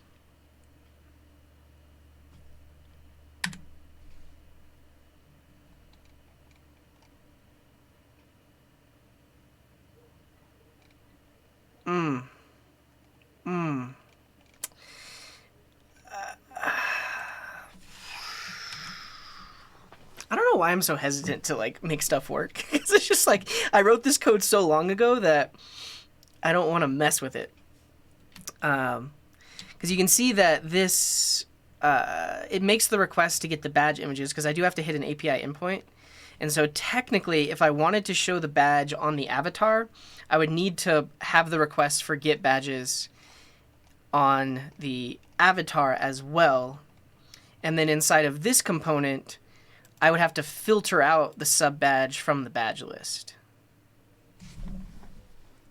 Yeah, it's in a special working state. I don't want to touch it. So it would be doable. I just don't know if I want to, because and if you weren't following, this is the main issue, right? So right now, this right here is this badge list SK user info component, and right here is the badge list. So this is a mod badge, a sub badge, and then I think the prime badge. So specifically, if I wanted to put the sub badge on the avatar, I would need to filter. I guess I could just go with the first one in the array. So like if you're a mod, we see the mod badge. And then if it's good luck, have fun, then we see that. Yeah, drills. So that's on our list of to-dos as well. Like we need to revamp the bot for sure. And one of the aspects of it is having a separate role for my go live notifications. And Discord has made a lot of changes that basically implement all of the things that we implemented in our bot. So they now have a thing where when someone new joins the server, they have to like agree to like your terms or your or agree to like your code of conduct. And we built that as a bot a long time ago, years ago. We made a bot that basically said you must emoji react to our code of conduct, and when you do, you agree that you're going to adhere to that. But now Discord has a way of making it a part of the onboarding process. So we kind of need to revamp that as well. Yeah. So feel free. Yeah, submit a PR or send me a DM of what you're thinking about doing.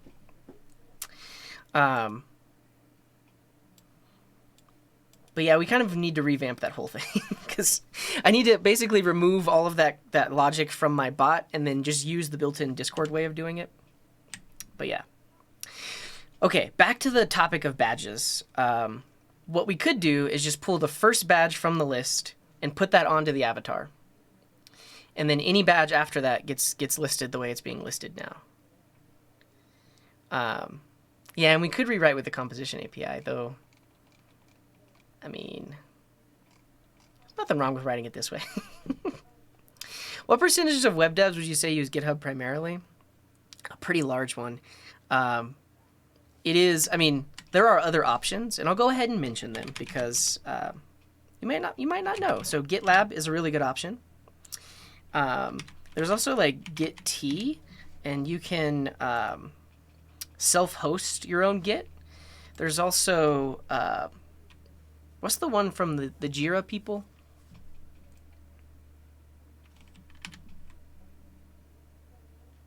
Bitbucket. You could use this as well.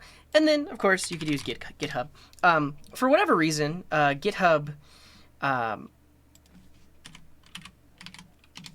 became one of the most popular ones. I don't know what happened. I think like they're kind of like just first to market. Like they were one of the first big ones to be out there, and people were using it, and so that this kind of became like what the de facto one. But it really is just it's Git as a service, and other services provided like GitLab and Bitbucket. But so yeah, all of these are alternatives to GitHub. Yeah, so you could use Bitbucket, you could use GitLab, you could self-host it on your own server with Git.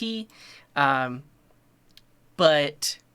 the issue is most people, yeah, and so these days GitHub is almost synonymous with Git, when in actuality it's just another service. And a few years ago, GitHub was acquired by Microsoft. So that's a thing. I don't know, but yes, it is like one of the de facto ones. Like most people host their stuff here. Another one, Codeberg. Is that how you spell it? Yeah, I forgot about this. But a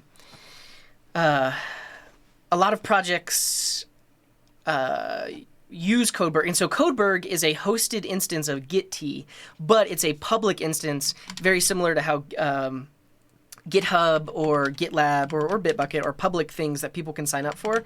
Codeberg is that, but they've already hosted it. And I've seen some open source projects that are like free as in freedom, like GPL2 license, like don't want to put their stuff on GitHub, and they use Codeberg instead. But all of that to say, yeah, most people use GitHub, and most companies use it, and yeah, so that's the thing.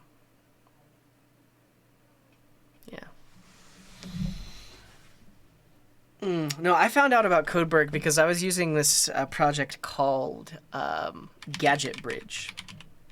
This is fun to talk about because so I bought a little smartwatch, and I did not want to install the app for the smartwatch because it was like a Chinese company, and there's a lot of various products that originate or created in China, but all of the apps and everything, all of their servers are hosted in China as well. And I didn't want all of my workout data and heart rate and stuff like that to be shipped off to some server in China. So Gadget Bridge has support for quite a few of these devices, and they have an app which has no ability to make network requests. And this app will then connect to your like Bluetooth devices of these varying brands. So you can be sure that all of your data is not being sent to any remote servers. It literally only lives on your phone with this app called Gadget Bridge.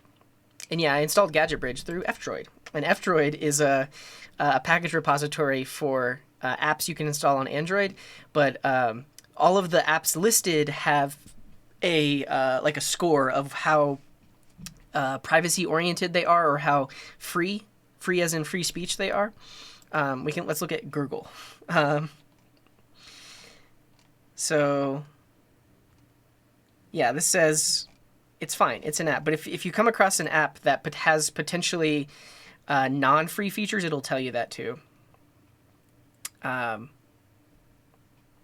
I started, as another plug, I started using Fair Email.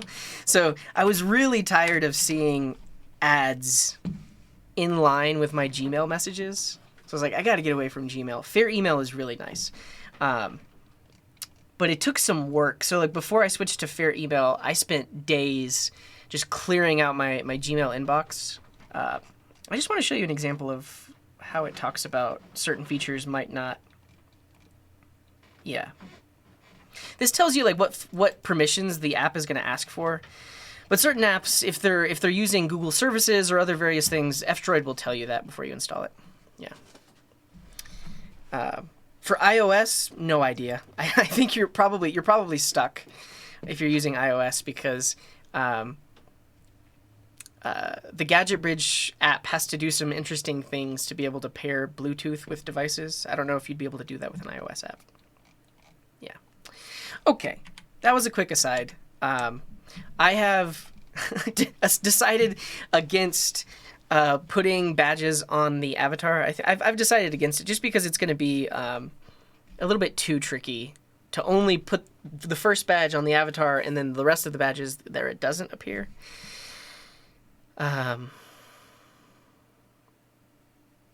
Though,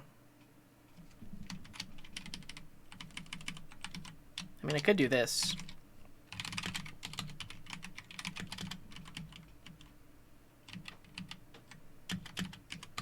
Yeah, they're sorted. So look, I'm going to write the code, but then I'm just going to immediately delete it because I don't want to do it. So I could do badges. Shift will delete the first element from the array. And then badge list. Hello, Cyber.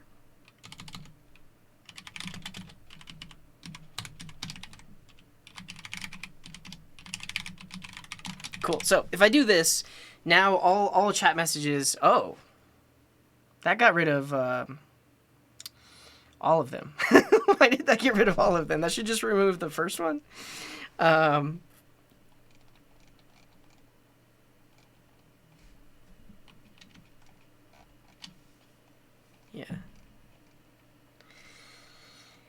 If you haven't, yeah, if you haven't heard of it, the Odin Project is a really good resource. I like the Odin Project because it doesn't hold your hand like Free Code Camp or even like Code Academy do.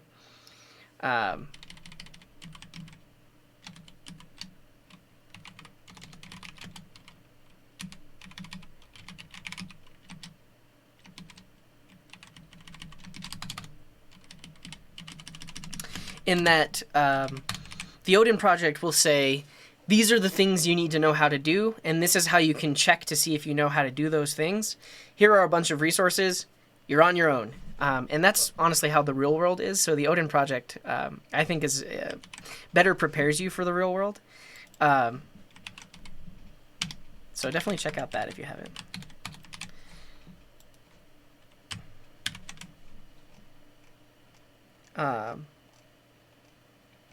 Did you... Oh, yeah, Scrimba's another cool one, too. Why is the array length 0? No, Odin Project... I think the Odin Project probably has a section on interviewing, but overall, they have like a curriculum on learning full-stack JavaScript, a curriculum on learning Rails, and interviewing skills is just would be just one piece of that.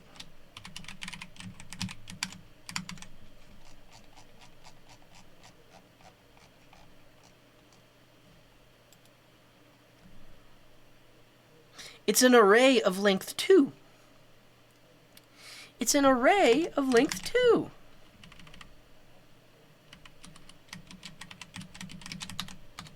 Though somehow this broke it. Now we don't have any badges at all. Like... Okay, there are the badges.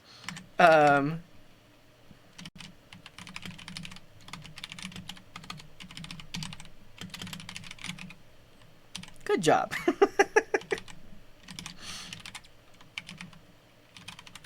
Like, technically this should work. Remove the first one, set it. Maybe I just need to refresh the page. Yeah, I think I just need to refresh.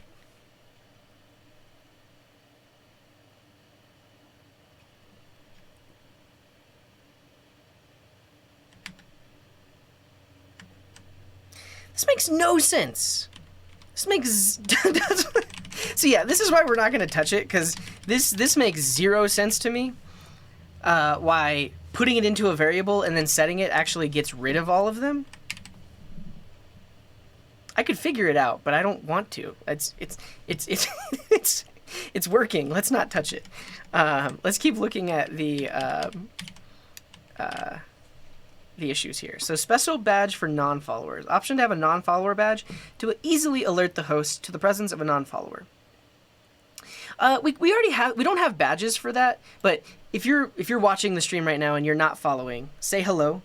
I will not ask you to follow. I just want to show you something. And actually, if it's your first message ever, you'll have to send 2 messages. Yeah, so Kahanja, you can see that their message is a little bit different color background. And Nicola's background is red because that's the first message they've ever sent. But if Nicola sends another message, then it will be this darker color. And that's essentially how I can see that someone is or isn't following. Yeah. Oh, there's an ad?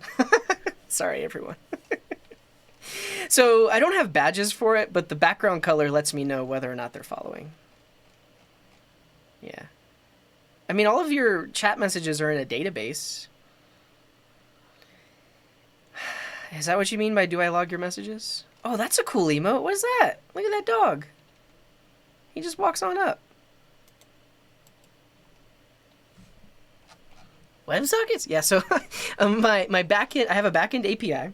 It's hosted on AWS. And it runs 24/7. And it is listening to Twitch chats with TMI.js. Anytime it sees a Twitch chat, it puts it into a database. And then this is a client for that API. This client connects via WebSockets, and then anytime the server gets a new message that got put into the database, it sends out a socket message, and then I can see the latest messages here. But can you tell me, Bajosi, what is this? What is that emote from? It's really cool. I like it. Zyra says, I'm ignoring you. I'm not ignoring you. There's a lot going on. Good repos for sharing. I improved my company's API with Zod and validators. Oh, are you mentioning that like I did some stuff with that and then it helped you? Yeah. That database is less than a gigabyte. It's tiny. I was on the free tier of MongoDB Atlas for years. I was on the free tier for like 3 years until I needed to actually pay per month. Yeah. Yeah.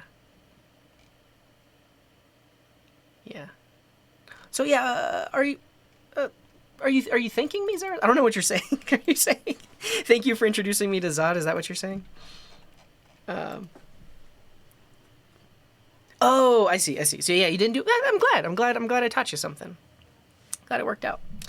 Okay, so I'm gonna close this just because we have a way of identifying non-followers. Yeah, I mean, I could switch databases, but my backend is everything's Mongo, so I'd have to rewrite it. And I did not write it in a with a data access layer. There's just Mongo code sprinkled everywhere, so it would not be easy to refactor. Yeah. Those issues were from 2 years ago, which is why I'm not commenting. Like, I'm hoping that it doesn't alert them either.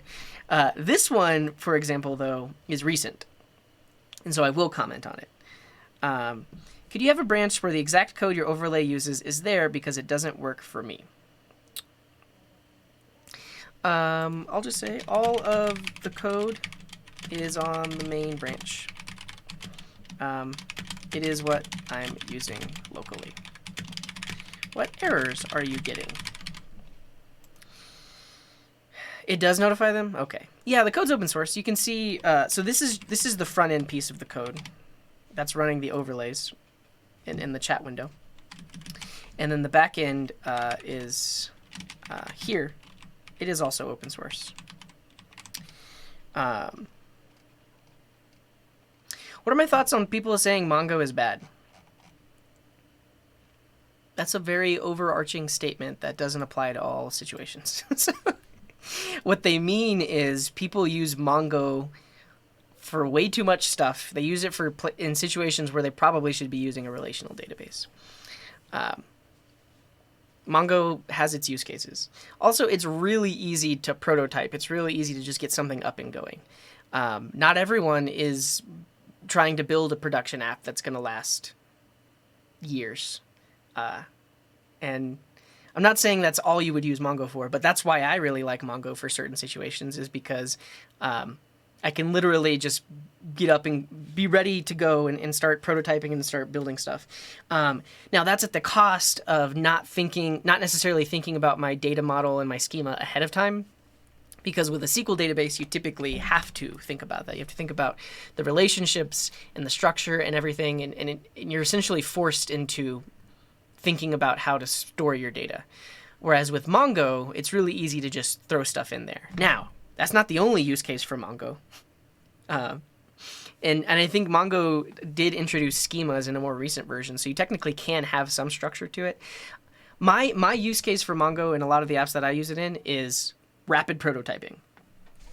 I like all the stuff that you see on my screen. I literally built the initial version in a day, and then like slowly added onto it after that. Like this chat window, it was done in a day. Like less than 6 hours, we had a working Electron app that was pulling in Twitch chats, had transparency, all of that good stuff. Like also Vox, which it's not that beautiful, but it works. I literally built this in one night, and we've been using it for 3 years now.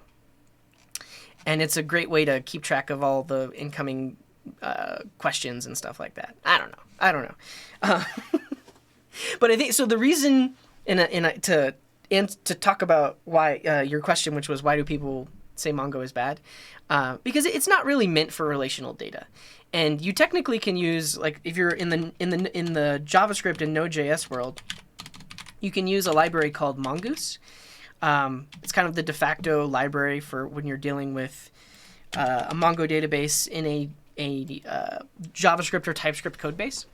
And Mongoose, which is a library running inside of your application, allows you to do things like relationships and foreign key constraints.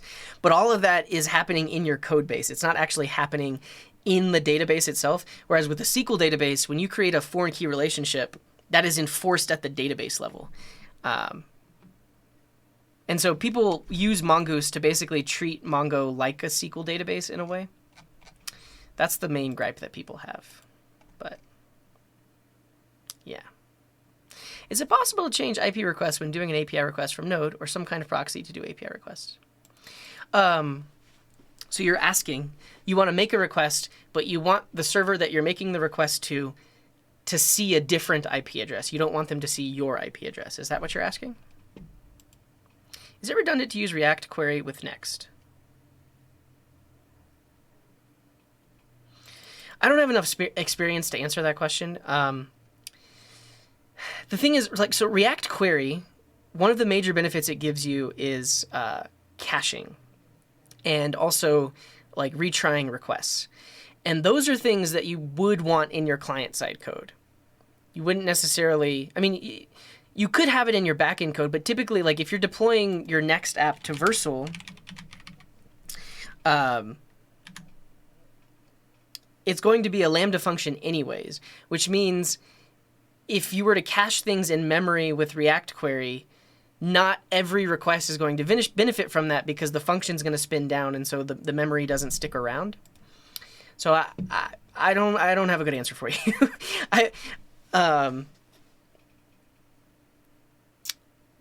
And it seems, and there's probably something in the React query docs about it.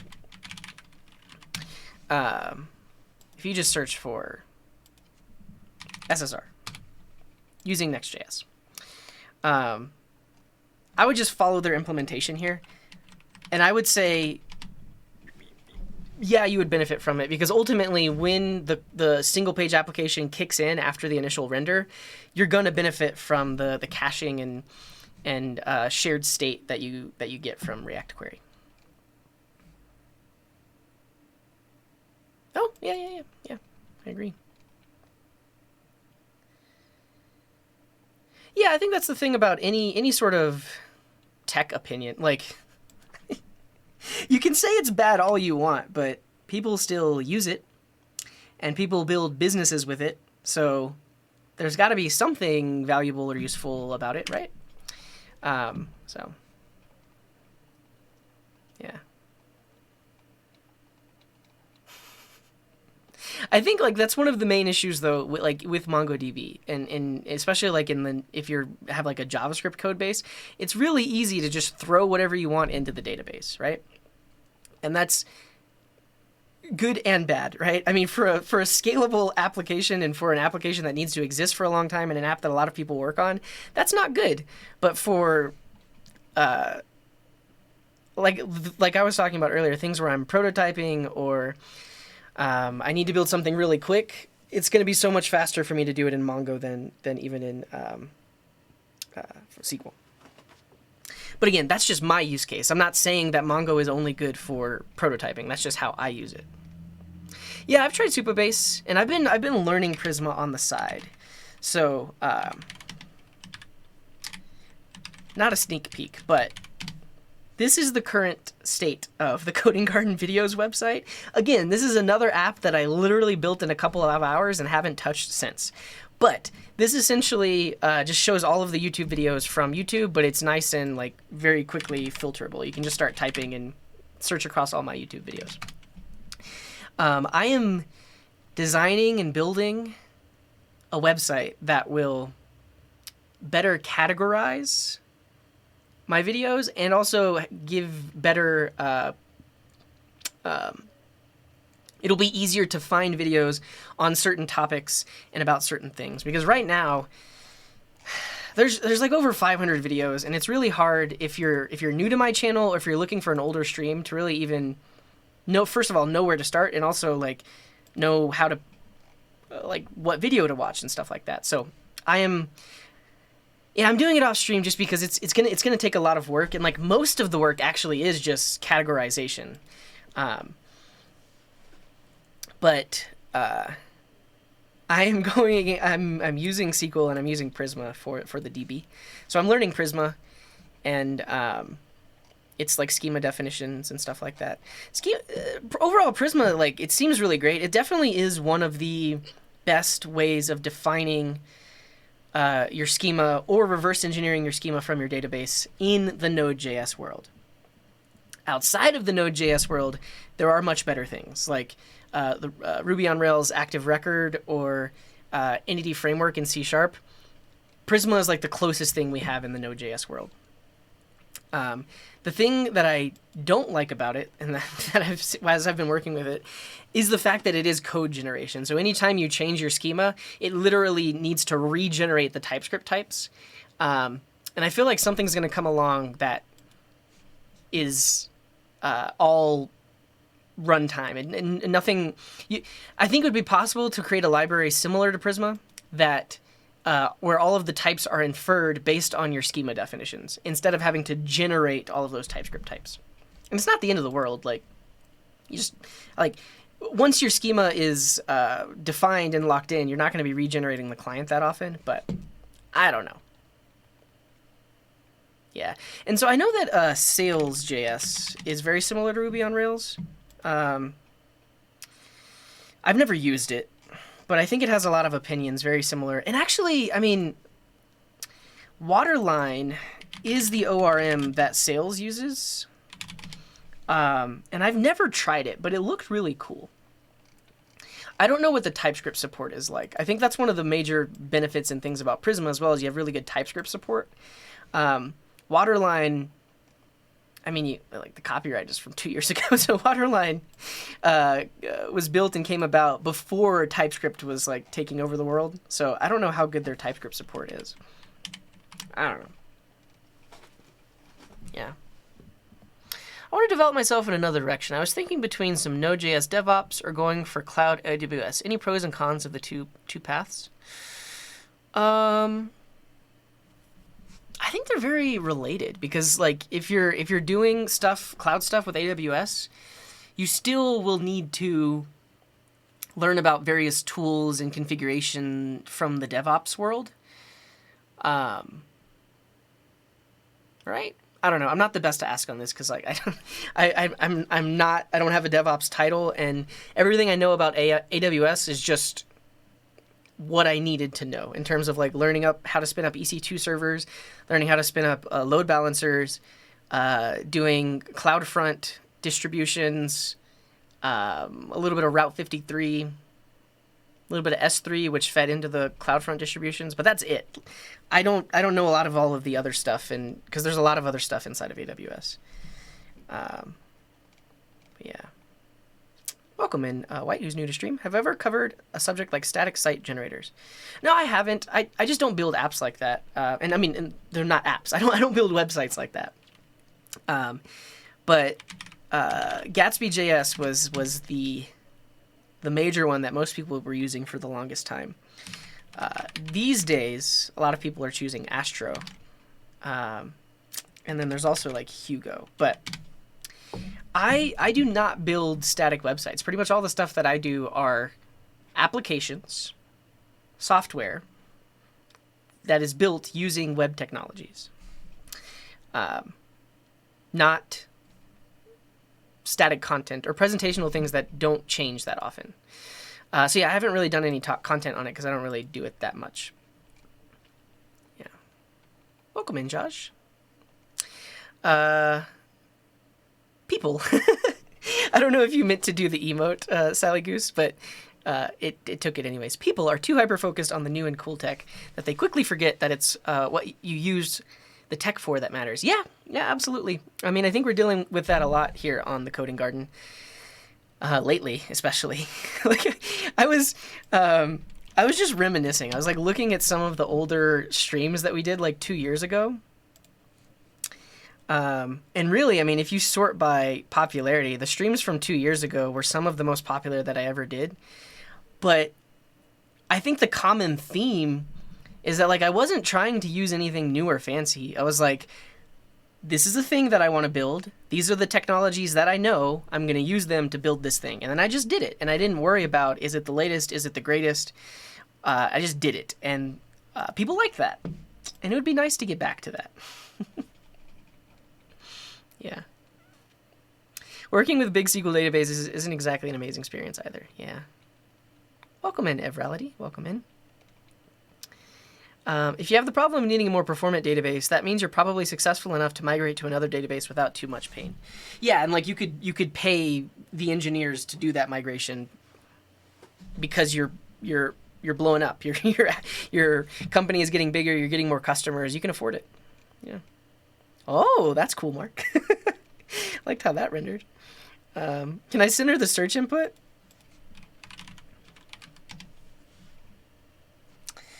Probably. Honestly, I think I tried. I tried like 2 or 3 years ago. And I was like, it's not worth my time. Because we have the form. Yeah, we could probably just flexbox this thing. No, it is display flex.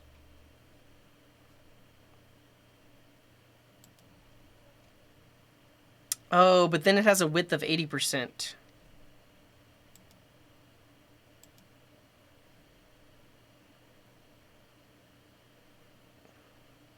But it's a flex direction column. Yeah, I could fix it. But I'm not going to. I literally haven't touched this site in 2-3 years and it's still working fine. So I'm going to leave it. Yeah, I know you can use this, but the nice thing about this is it's real-time search. So it's, well, not real-time. It literally caches every single YouTube video into local storage the moment you load the page. So that allows you to do things like instant search results. Whereas if you search like this, then you have to press enter every time.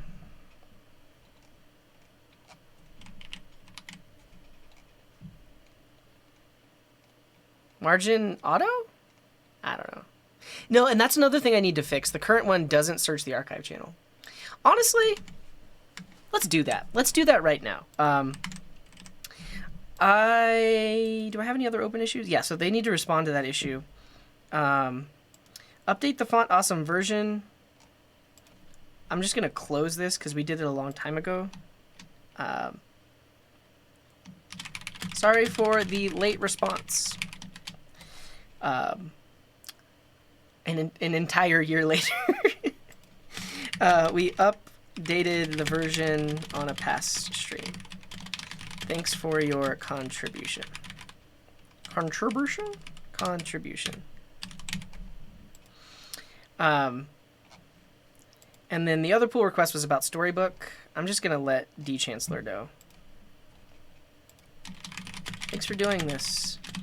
I'll try to integrate it soon.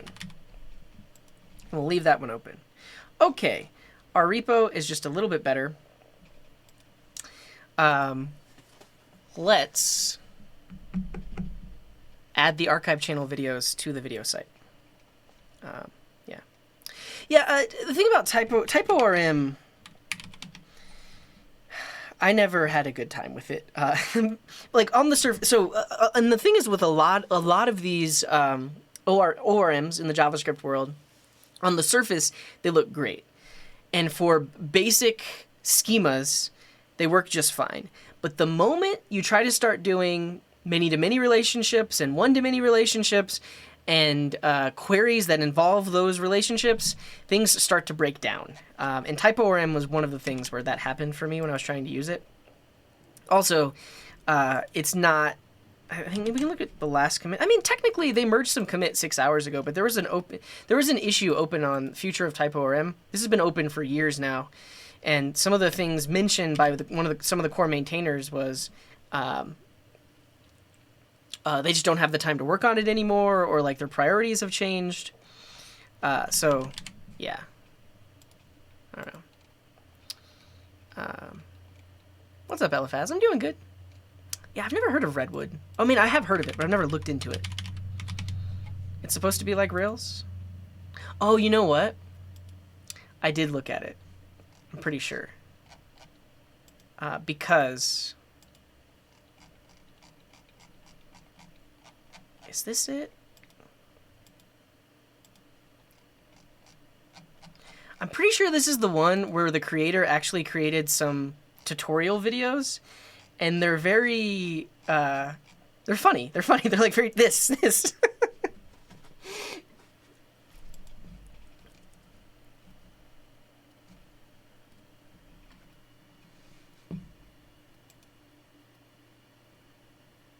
I didn't see you there.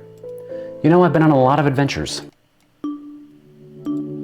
Infinite Singularity, thank you for the raid. Welcome in, raiders. Welcome in. I was like 3 minutes behind on chat, but we're gonna miss it. But welcome in. Thank you so much. What were you working on? Mobile hybrid app with Angular, Ionic, and Django. Nice. We're just doing a chill stream today, so we fixed some issues in my chat overlay. So I built this thing, which is a little Electron app that pulls in chat messages and stuff. And we allow you, we allow you, the viewer, we allow you to do some HTML stuff. So you can do fun things like you can have a marquee with some emotes inside of it, and that will actually get rendered in my overlay. But some people figured out how to break my overlay by nesting hundreds of marquees, so we fixed that today. But Finite Singularity says, we worked for a while on my day job and then ended up with a game jam game we're working on. Nice. Glad to hear it. Definitely go check out Finite Singularity. And right now we're shifting gears. We're going to work on my video site. So this is just a super simple vanilla.js website that pulls all of the videos from my YouTube channel and then makes it so that you can search in real time. But I have a new archive channel where all of the stream VODs have been getting uploaded, and I need to add that into the results here. So we're going to work on that next. But someone mentioned Redwood, and so we were talking about that because they mentioned Redwood as like a Ruby on Rails for the JavaScript world.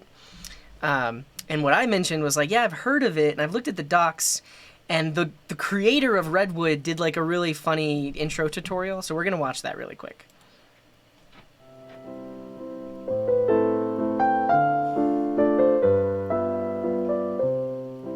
Oh, hi. I didn't see you there.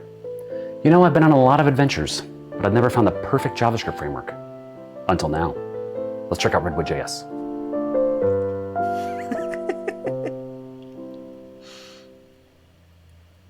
Let's get started here.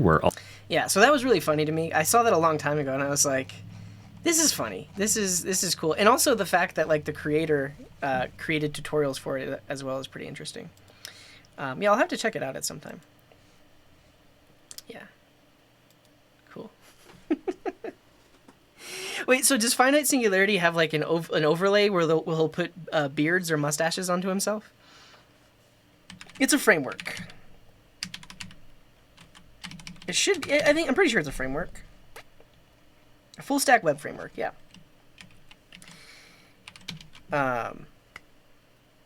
Okay. Let's find the code for this because I wrote it 4 years ago. I have no idea where the code is, so I need to search my computer really quick. And let me talk about what this thing actually does. So when you load this page, so if you go to coding.garden/videos, it will initially make a request to a serverless function that makes a request to the YouTube API. So the YouTube API requires an API key, so I can't just embed that request for the YouTube API data in this page. It needs to call some backend server which can hide that API key. But if you look at the network requests, this actually makes a request off to the API right here. Right here. And so this is just a little serverless function that makes the request to YouTube and does multiple requests to get all of the pages of data. So you can see we have 500 videos in this response that are then loaded onto the page. So what I need to do is I need to update this backend server so that it not only pulls in the videos from my main channel, it also pulls in the videos from the archive channel and then sorts them based on time created. And then the front end will just keep on working. So really this is going to be some backend code. Yeah, and if the code is super simple, actually, like it's not even bundled and minified. You can just look at the main JS to see what this thing does. And essentially, after I make the API request, where is it at? I mean, I could show you in a code editor too, but I think it's pretty fun that this is just a super simple vanilla app. Right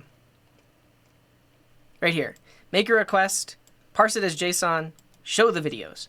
And then the API URL is just here. But at the top, after when the page loads, if the data is already in local storage, I just show that. So when you refresh the page, it should be pretty instant. Behind the scenes, it makes the request, and then it just replaces it with the data that it got back from the server. So yeah, regardless, we're just going to do some back-end coding here. So I'm going to hide my screen. I'm going to try to find that code base for the back-end, and I have no idea where it could be.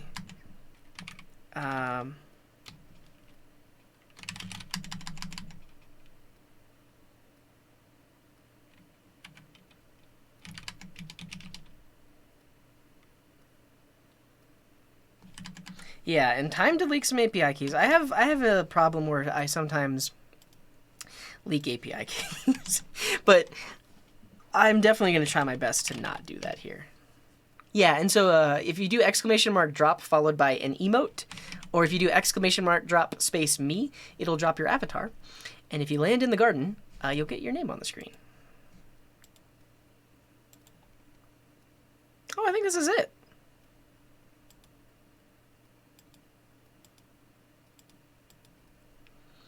Oh, apparently at some point I tried rewriting the client with Vue.js.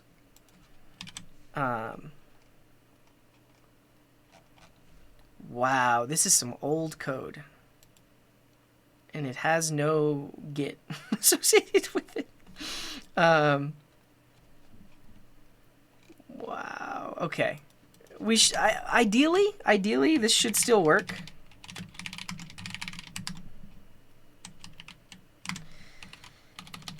Well, I'm not doing any front-end code. Really, this is just going to be if I update the backend and then deploy it, and then the front end will just work because it has all of the latest videos. Check the create date.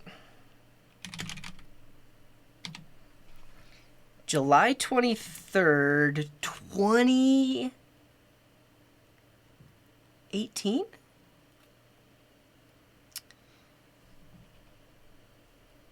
That's amazing.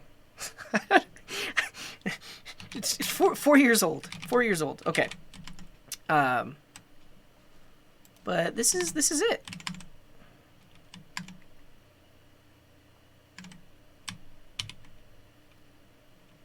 Oh no, Vue has been around for like at least since 2016. Nothing existed 4 years ago.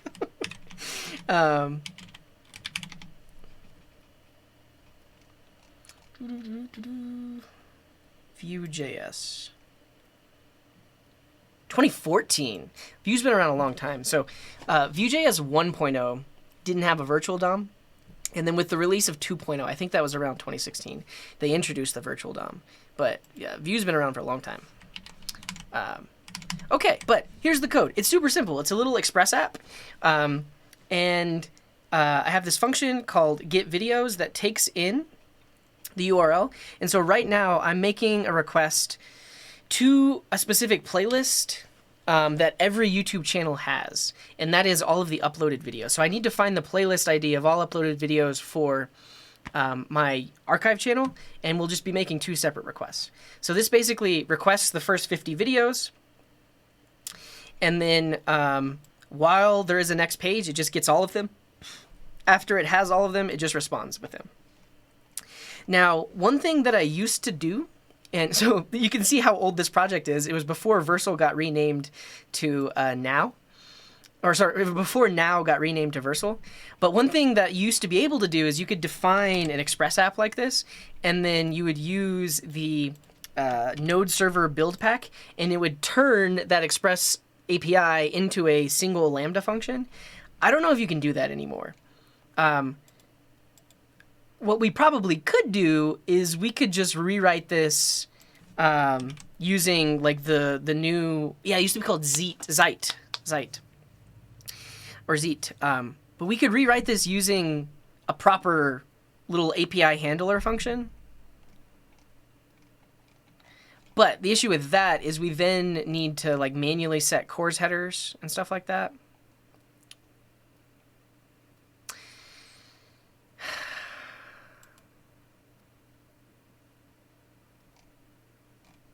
I should rewrite it. Got about 30 minutes left. I think I can rewrite it. Here's what I'm going to do, though. I am going to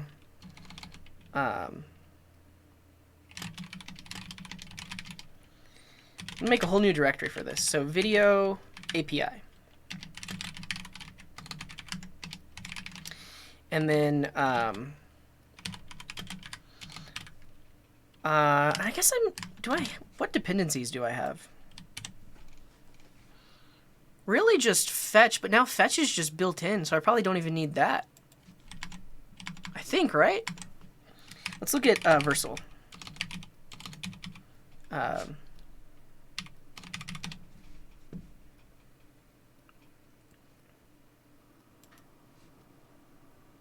It doesn't support Node 18. That's what I wanted to look at.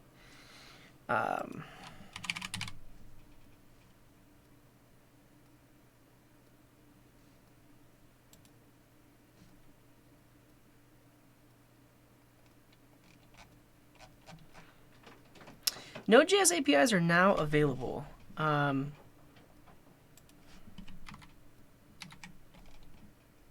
Edge middleware?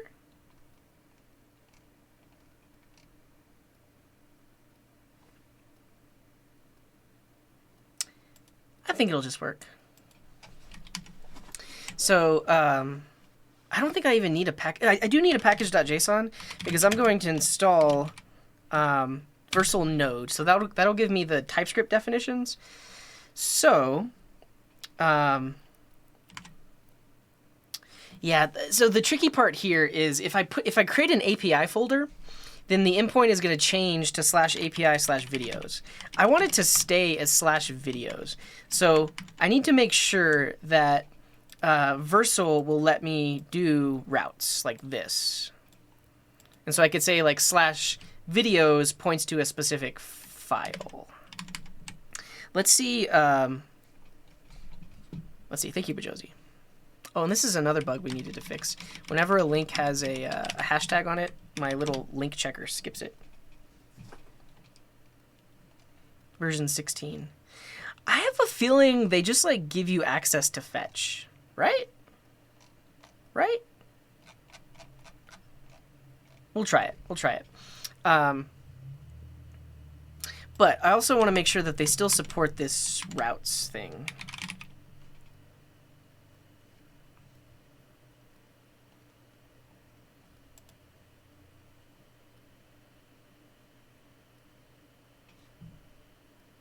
Please use clean URLs, trailing slash, redirects, rewrites. I think I want to rewrite. A rewrite allows you to send users to different URLs without modifying the visible URL.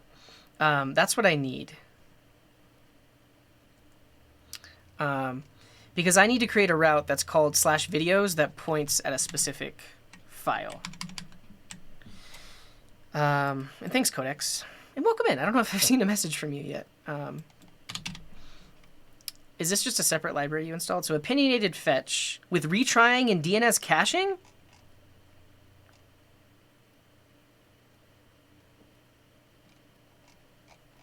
Since when? This is cool. I'll install it.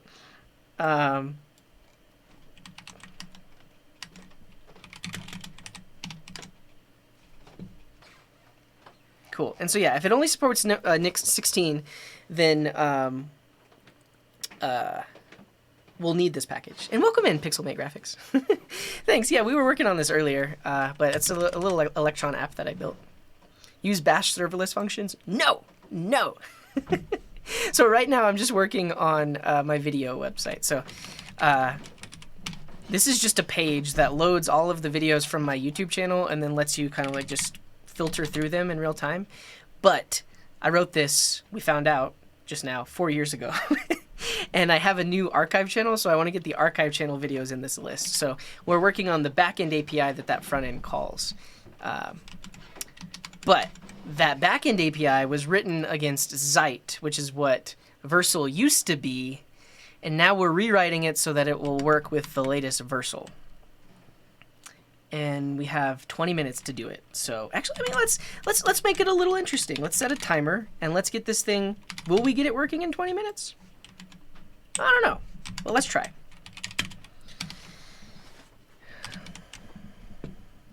So, I'm just gonna I'm gonna smack them together. So I'll make 2 separate requests for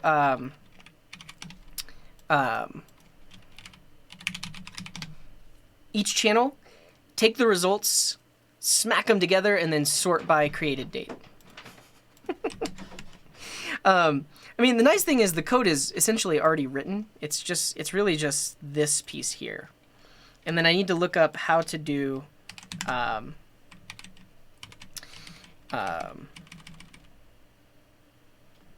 and really pull this out, and then we can do export default function with the request and the response, and then we do the business, but I'll have to fix this. What was I saying? I don't know. I need to just start coding though, so that I can get it done. We need to pull in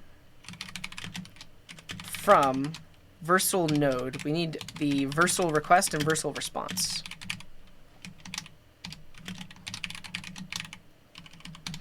And that's the type of these 2 things.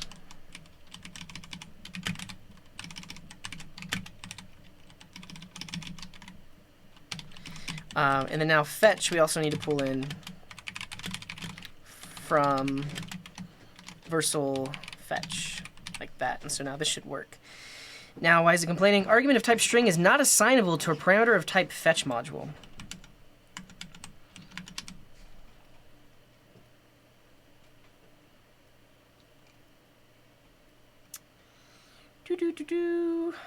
By default, this package will use its peer dependency node fetch.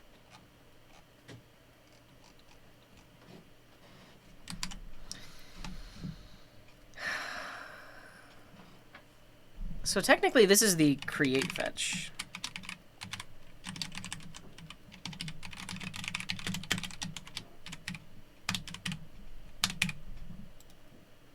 And fetch is a function that can take in a request. Cool. That's really all we wanted. We have our little cache here. I think Vercel functions technically will stay spun up if multiple requests are being made. So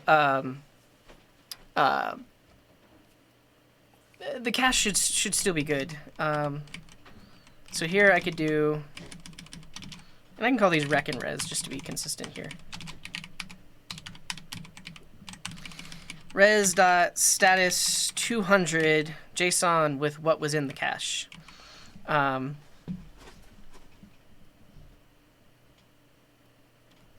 I guess also to prevent multiple requests, I could also have a, oh no, the cache can actually store a promise. Something like this.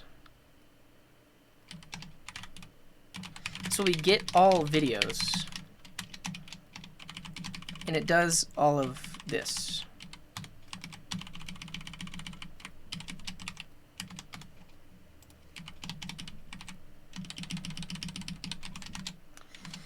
And this is an async function.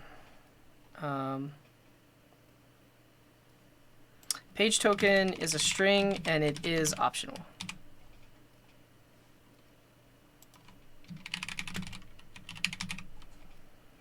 So we do that. Won't put it in the cache yet. So make the request. This ultimately requests every single page from the YouTube API. It gets 50 at a time, and then we get all of them. But we're going to be doing this with 2 separate channels. So really I want this to be like get URL, And then this is a little function that returns a template string that passes in the playlist ID. Like this, playlist ID. And then playlist ID gets passed in. It's a string. And so right here we say get videos with get URL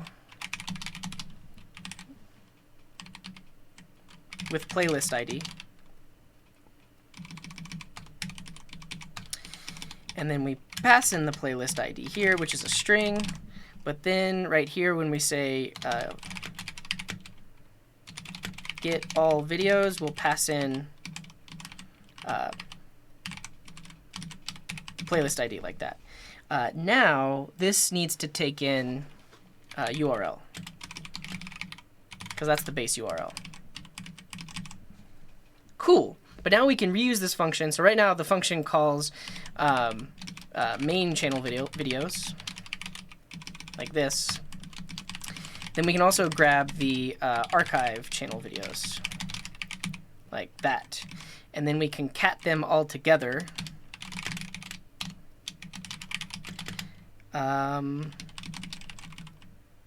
Like this.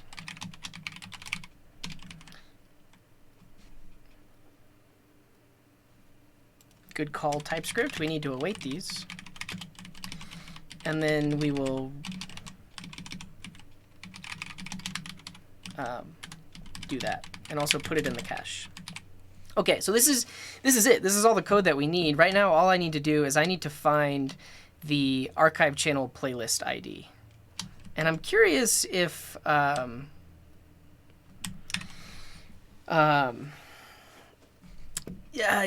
I'll definitely use that. How much experience or knowledge does one need to understand what I'm accomplishing? There's a lot of underlying concepts here. So first of all, I've completely glossed over the fact that we're using the YouTube API. Like when I first wrote this, I had to go to the API docs, figure out what was the endpoint that I needed, and that's the one that I needed to make the request against. But we have that, so I don't have to figure that out again. And then what I've done is kind of like a little refactor that lets me reuse this code. So before, we only cared about getting videos from one channel. Now we want it from 2 different channels, which is why I refactored this to take in the playlist ID so that it could be, it's essentially now a reusable code. So that I can use it regardless of the channel. Okay.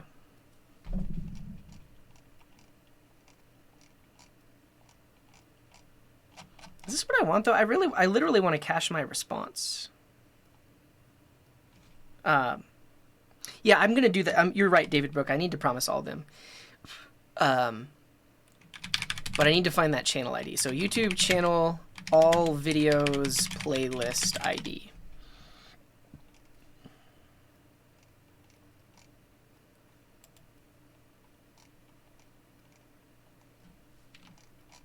That's old. You found it, Bajosi? Is this just my channel ID or is it the playlist ID?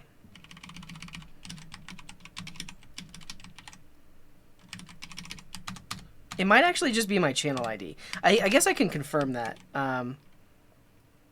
If I look, it's the upload playlist. If I look at the Coding Garden archive and I look at playlists, I need to find... Can you show me how you found it?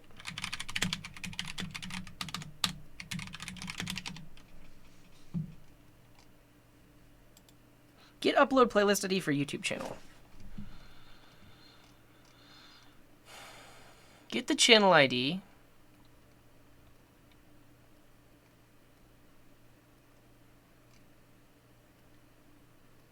Oh. Did you, Bajosi, did you just call the API? Oh, you know, I'm going to guess what they did. They're probably going to tell me soon, but they went into the YouTube API Explorer. In the homepage, there should be a play. Okay, never mind. They didn't do what I thought they did. I thought they would have play all. Hey, good call. Because that's going to be the play. Okay, perfect. That's all we need. And then what was just mentioned is, so right now, I'm making one request, waiting for it to finish, then I'm making the next one, waiting for it to finish, and then we're done. But if we want to do them both at the same time, we can do a promise.all. Like so. And quick aside, this is why knowing how to use promises before using async await is actually like very, very useful, because so even though I'm using async await, I still technically want to do a promise all on these two things. So I'm still using, I'm like mixing async await with promise all, but this is actually what I want to happen, because I want these two things to happen simultaneously. And you need a promise.all for that. There's no special async await keyword to be able to do that. You literally have to put it in a promise.all, and then you'd use await on promise.all. Cool. So that gives me those two back. We should be good. Let's try it. I should be able to do versal dev. It'll spin it up. Can I not set it up? Can we just do it? Oh, okay. I guess I have to set it up. And then the name of the project is Coding Garden Videos. Yes, there is an existing project. What is the name? Coding Garden Videos. Okay, so now it's ready. So we can go here. We can go to API/videos. 1 Mississippi, 2 Mississippi. Function invocation failed because I don't have my API key set. Socket hang up. Cannot read properties of undefined. Yeah. So this is pulling in process.env.google API key. How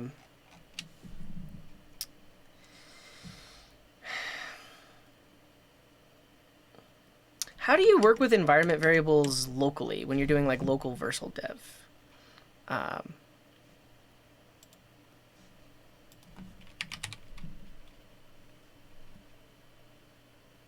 Oh, I guess I could set the secrets, huh? We recommend against using this property. Define them in your project settings. All right, but what if I'm trying to debug it locally?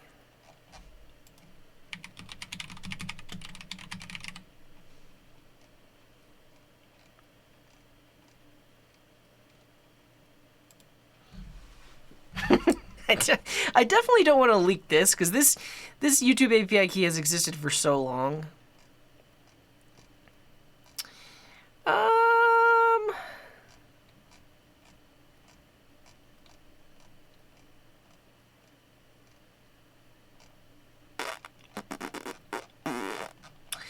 If I put my environment variable, yeah, but the thing is, like, if I do that export thing, I'm gonna expose it. Like, there's no way I don't expose it. Here, this is what we'll do. env,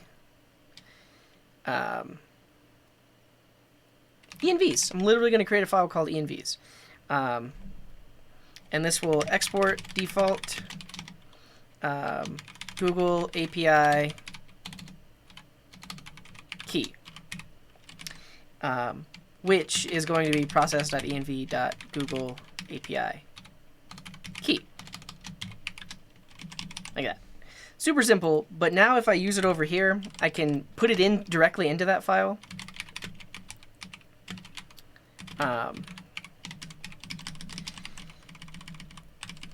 And then I just won't show that file on stream.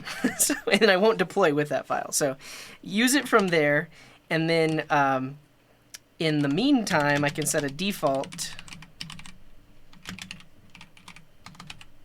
like that.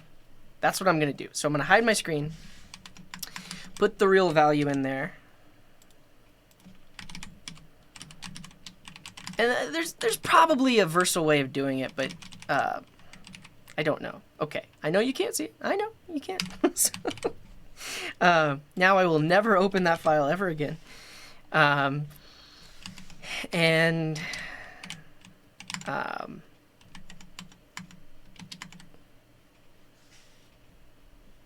try running it.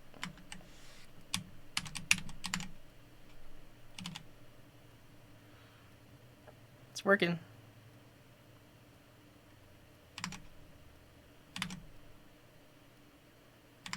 Oh, it's spinning.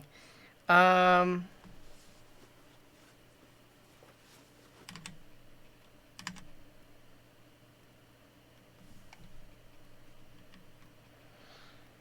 Socket hang up.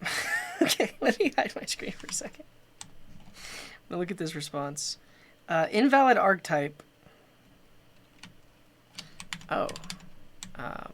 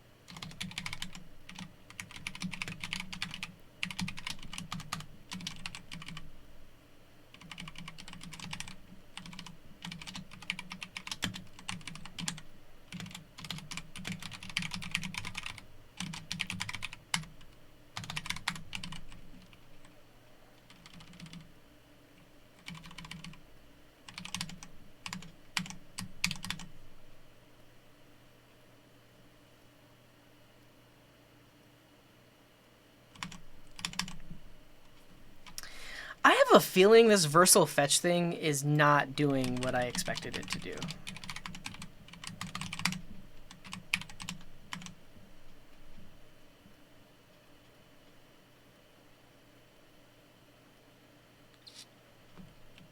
Yeah, because it's just hanging up on the first request. So I know you can't see my screen, but I am just going to use node fetch.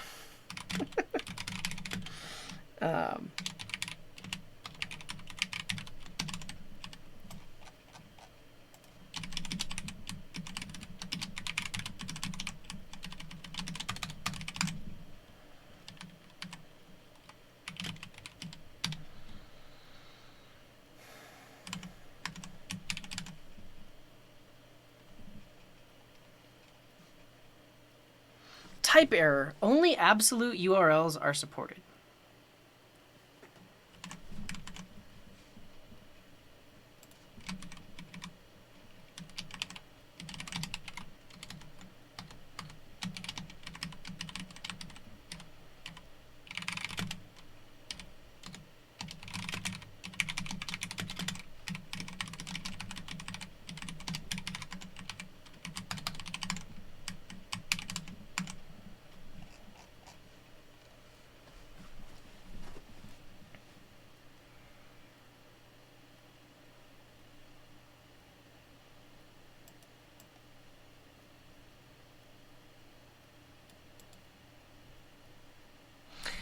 Yeah, there might be a typo in there. I'm trying to figure out where that's even happening.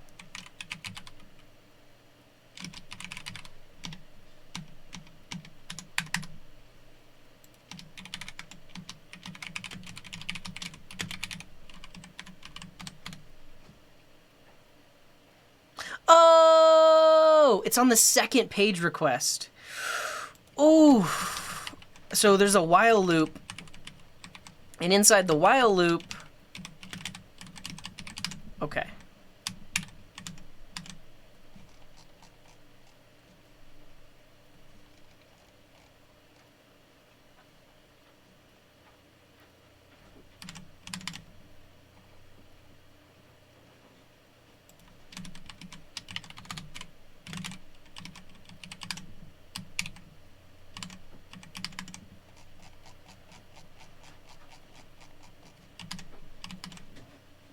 All right, that did it. Now, my API key is littered all over my logs, so I still can't show my screen. And I will not expose this API key.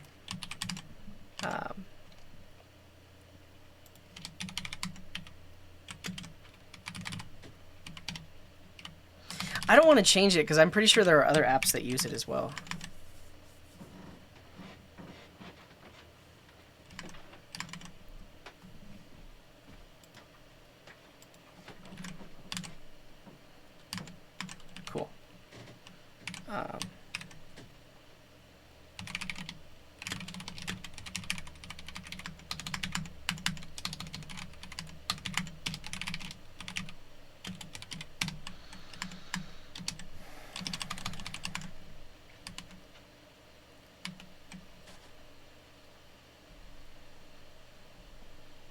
Okay. So it works. I can request it locally, and we're at our time limit. I really just need to deploy, and I need to sort the array and deploy at this point, and also remap the URL. But now I have an array of length 551, which is longer than 503. So you combine the two channels, you have 551 videos. Great, great. Now what I want to do is I want to sort them based on when they were created. So there is a published at property inside of the snippet. So I'm going to do a sort on all videos. So I'll say all videos.sort. We get in video A, video B, and we want to do a new date with a.published@, and subtract that from a new date of b.published@. And TypeScript says don't do that, but I know that you can, because it's going to coerce those to a number, or to a timestamp. And so now, the first video in the list should be the most recently released VOD, which is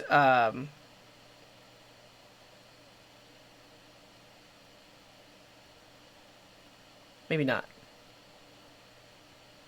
Oh, sorry about that, Codex. you heard the alarm. Sorry about that.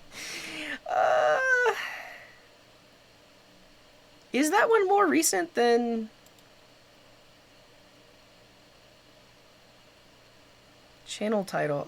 These are all Coding Garden. I'm pretty sure.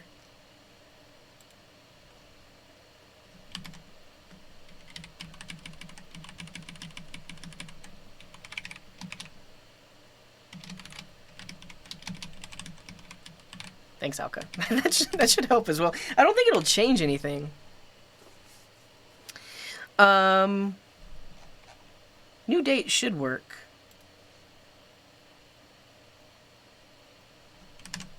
I need to do .snippet. I forgot the .snippet.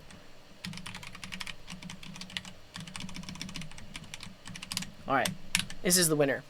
Either it works or the list is in reversed order, and if it's in reverse, we can just swap the operation. Yeah, look at this. This is the oldest video in the playlist. Build a full stack app. So I need to swap it. I need to do B minus A instead of A minus B.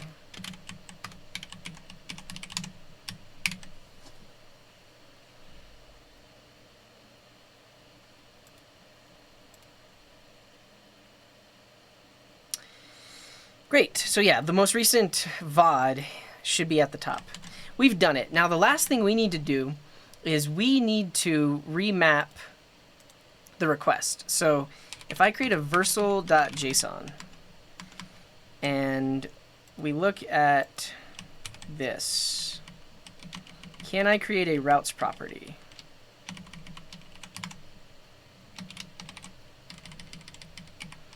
That says slash videos should go to API slash videos .ts. Is that valid?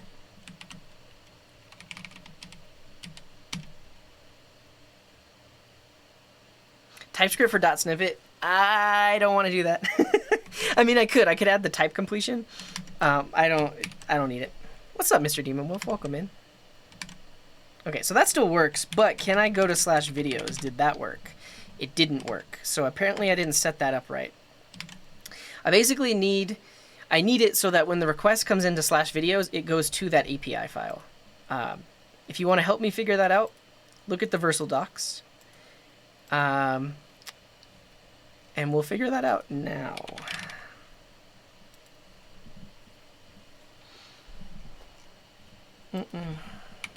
Oh, I think I want to... Do I want to rewrite? Yeah, I want to rewrite.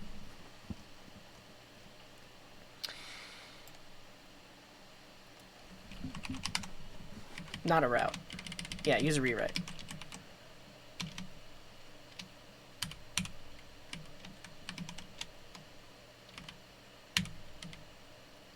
So, when the request comes to slash videos, the destination should be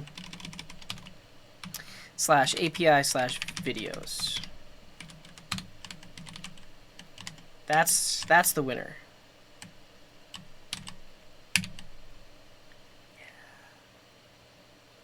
Yes. Yes. We've done it. Now all I have to do is deploy. Oh, well, I need to add my API key on Versal, so let me do that. So over on my Versal project, I need to go to my settings and put that API key in. I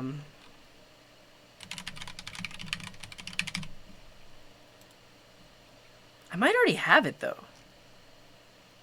Oh, you know what? Back in the day of Zeet, they used to have secrets. I don't know if they have secrets anymore, or if those secrets got turned into like environment variables. They didn't, so I need to add a new one.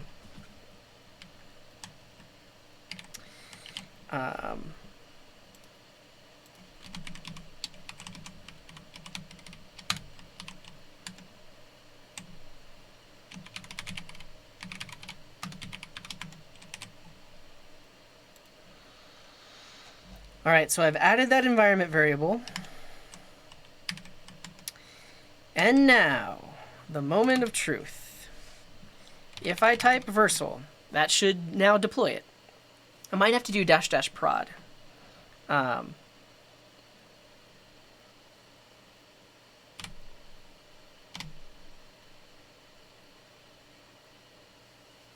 Let's see.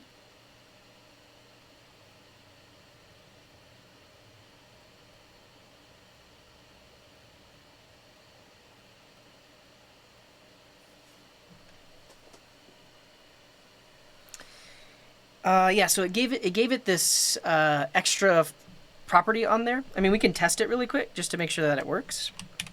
If we go to /videos, and this is the other cool thing about Versal is every single deployment gets a unique URL, so you can use it for like QA and testing and pre-releases and stuff like that. So that technically worked. So if I do Versal --prod, it will now alias it to the main URL.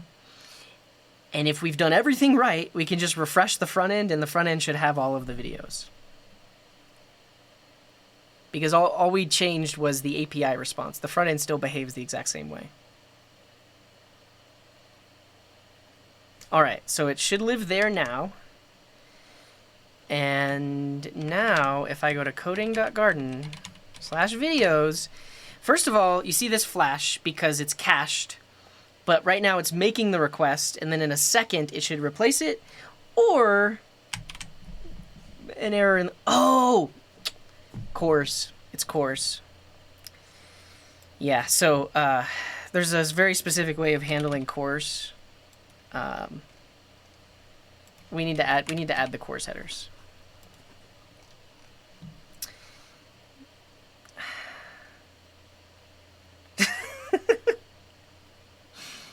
Why?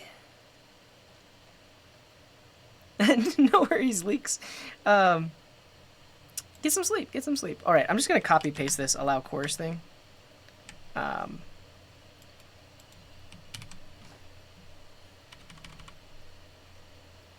Cores and caches will eat your lunch. So allow cores.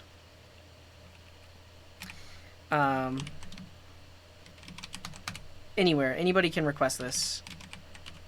And then we will actually export. I mean, honestly, no. No. Let's just copy this.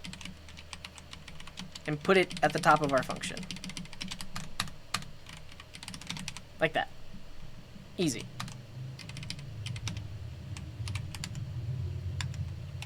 All right. Let's deploy again. Do I think cores was a good idea? Oh, absolutely. So, it's a security feature of the web browser. And if you're having issues with cores, then you just don't understand it. Not to be mean, but if you understand what cores is and why it exists, you can fix it. If you're not in control of your backend, then you may not be able to fix it. Or you would have to implement a proxy. And Adam.dev, thank you very much for that sub. But it makes a lot of sense in the context of security. And also it's working. Look, we got it. It's working. and so, like, you don't want some random website to be able to make requests to some other backend, like, and let's say like a bank backend. You don't want to go to some malicious website and behind the scenes it's making requests off to some bank. And Citrix, thank you for that Prime sub as well. Yeah. Yeah. Appreciate you all. Yeah, so I just for some course fun. Yeah. And let's talk about it. In this specific scenario, my front end, which I haven't touched, so I've only touched the backend code. My front end was like, hey, I tried to make a request to that backend, but that backend does not have an access control allow origin header. So I'm not going to allow the front end to make that request. Easy. I can fix that because I'm in control of the backend. So I went to my backend code, and I think that just wants it to be a string. So I went to my backend code, I added the headers that it cares about, and now when my front end makes that request, it sees that the backend responded with those specific headers and allows the request to happen. And it's working. So you can see that now we have archive channel videos intermingled with our main channel videos. And if I search for like Dino, all of these are on the archive channel, but we can see them here. So that's pretty awesome. Oh, you stream Adam.dev? Awesome. Yeah. Welcome in. And thank you for the sub. That's kind. You're very kind. Yeah, so if you made the request in Postman, Postman doesn't care about that header because Postman is not a web browser. So CORS is a restriction of web browsers to protect you while you're browsing the web. Yeah. Do I want to enrich them? Yeah, but that's for a future video. Because then we would update the front end. Like I could technically add another little button for VOD.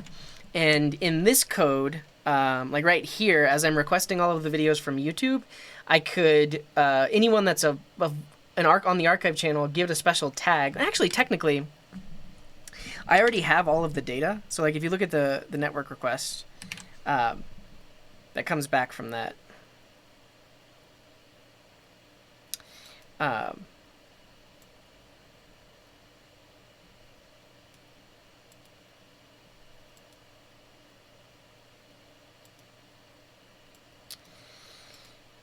It's just the straight YouTube response. So technically, on the front end, I could look and see and say, like, if snippet dot channel title is Coding Garden Archive,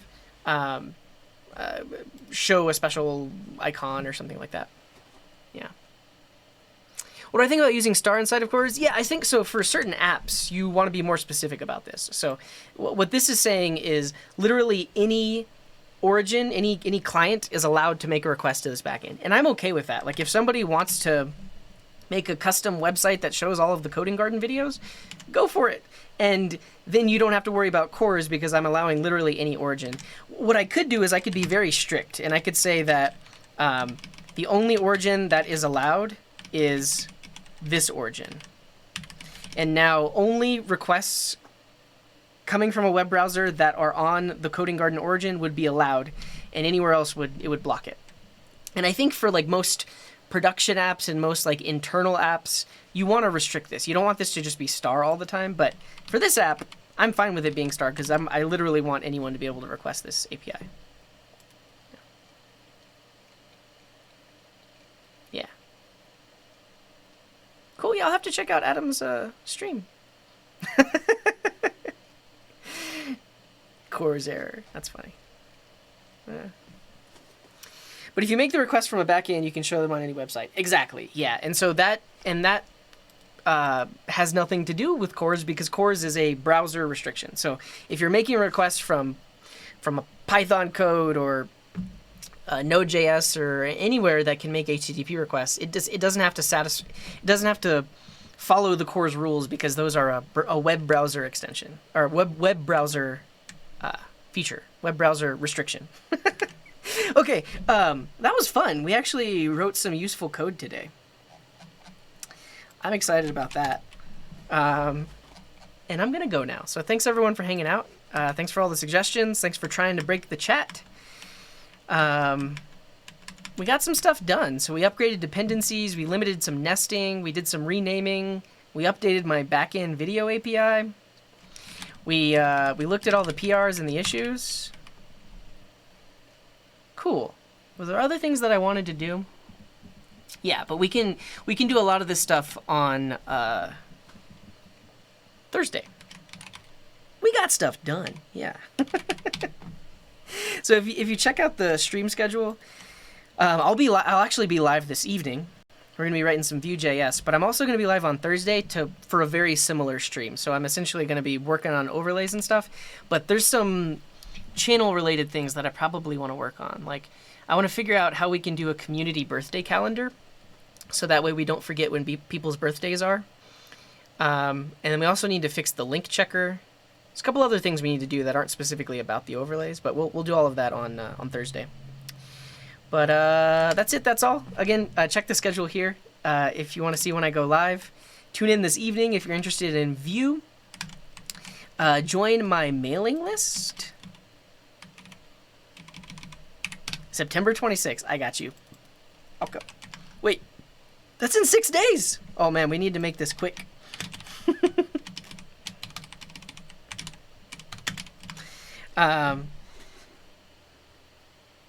So yeah, for the mailing list, I send out an email before I go live because Twitch is usually pretty late with the notifications, and then I send an email once a week with like a recap of what happened the week before and what's going to happen this week, and sometimes I'll send like a coding challenge. I don't spam you. It's very minimal. And the idea is eventually I'm going to be releasing some courses, so if you join the mailing list, you'll be one of the first to know about the courses that I release. I think that's it. Thank you all. Thanks for being here. Let's go on a raid. If you are a sub, you can use this raid message. If you're not a sub, you can use this raid message. And we're going on a raid. I don't know who we're going to raid or where we're going to go, but wherever we go, show them lots of love. Drop a follow if you like what they're doing. All that good stuff. And tune in this evening. Wherever you are in the world, have a wonderful morning, afternoon, evening, or night. And until next time.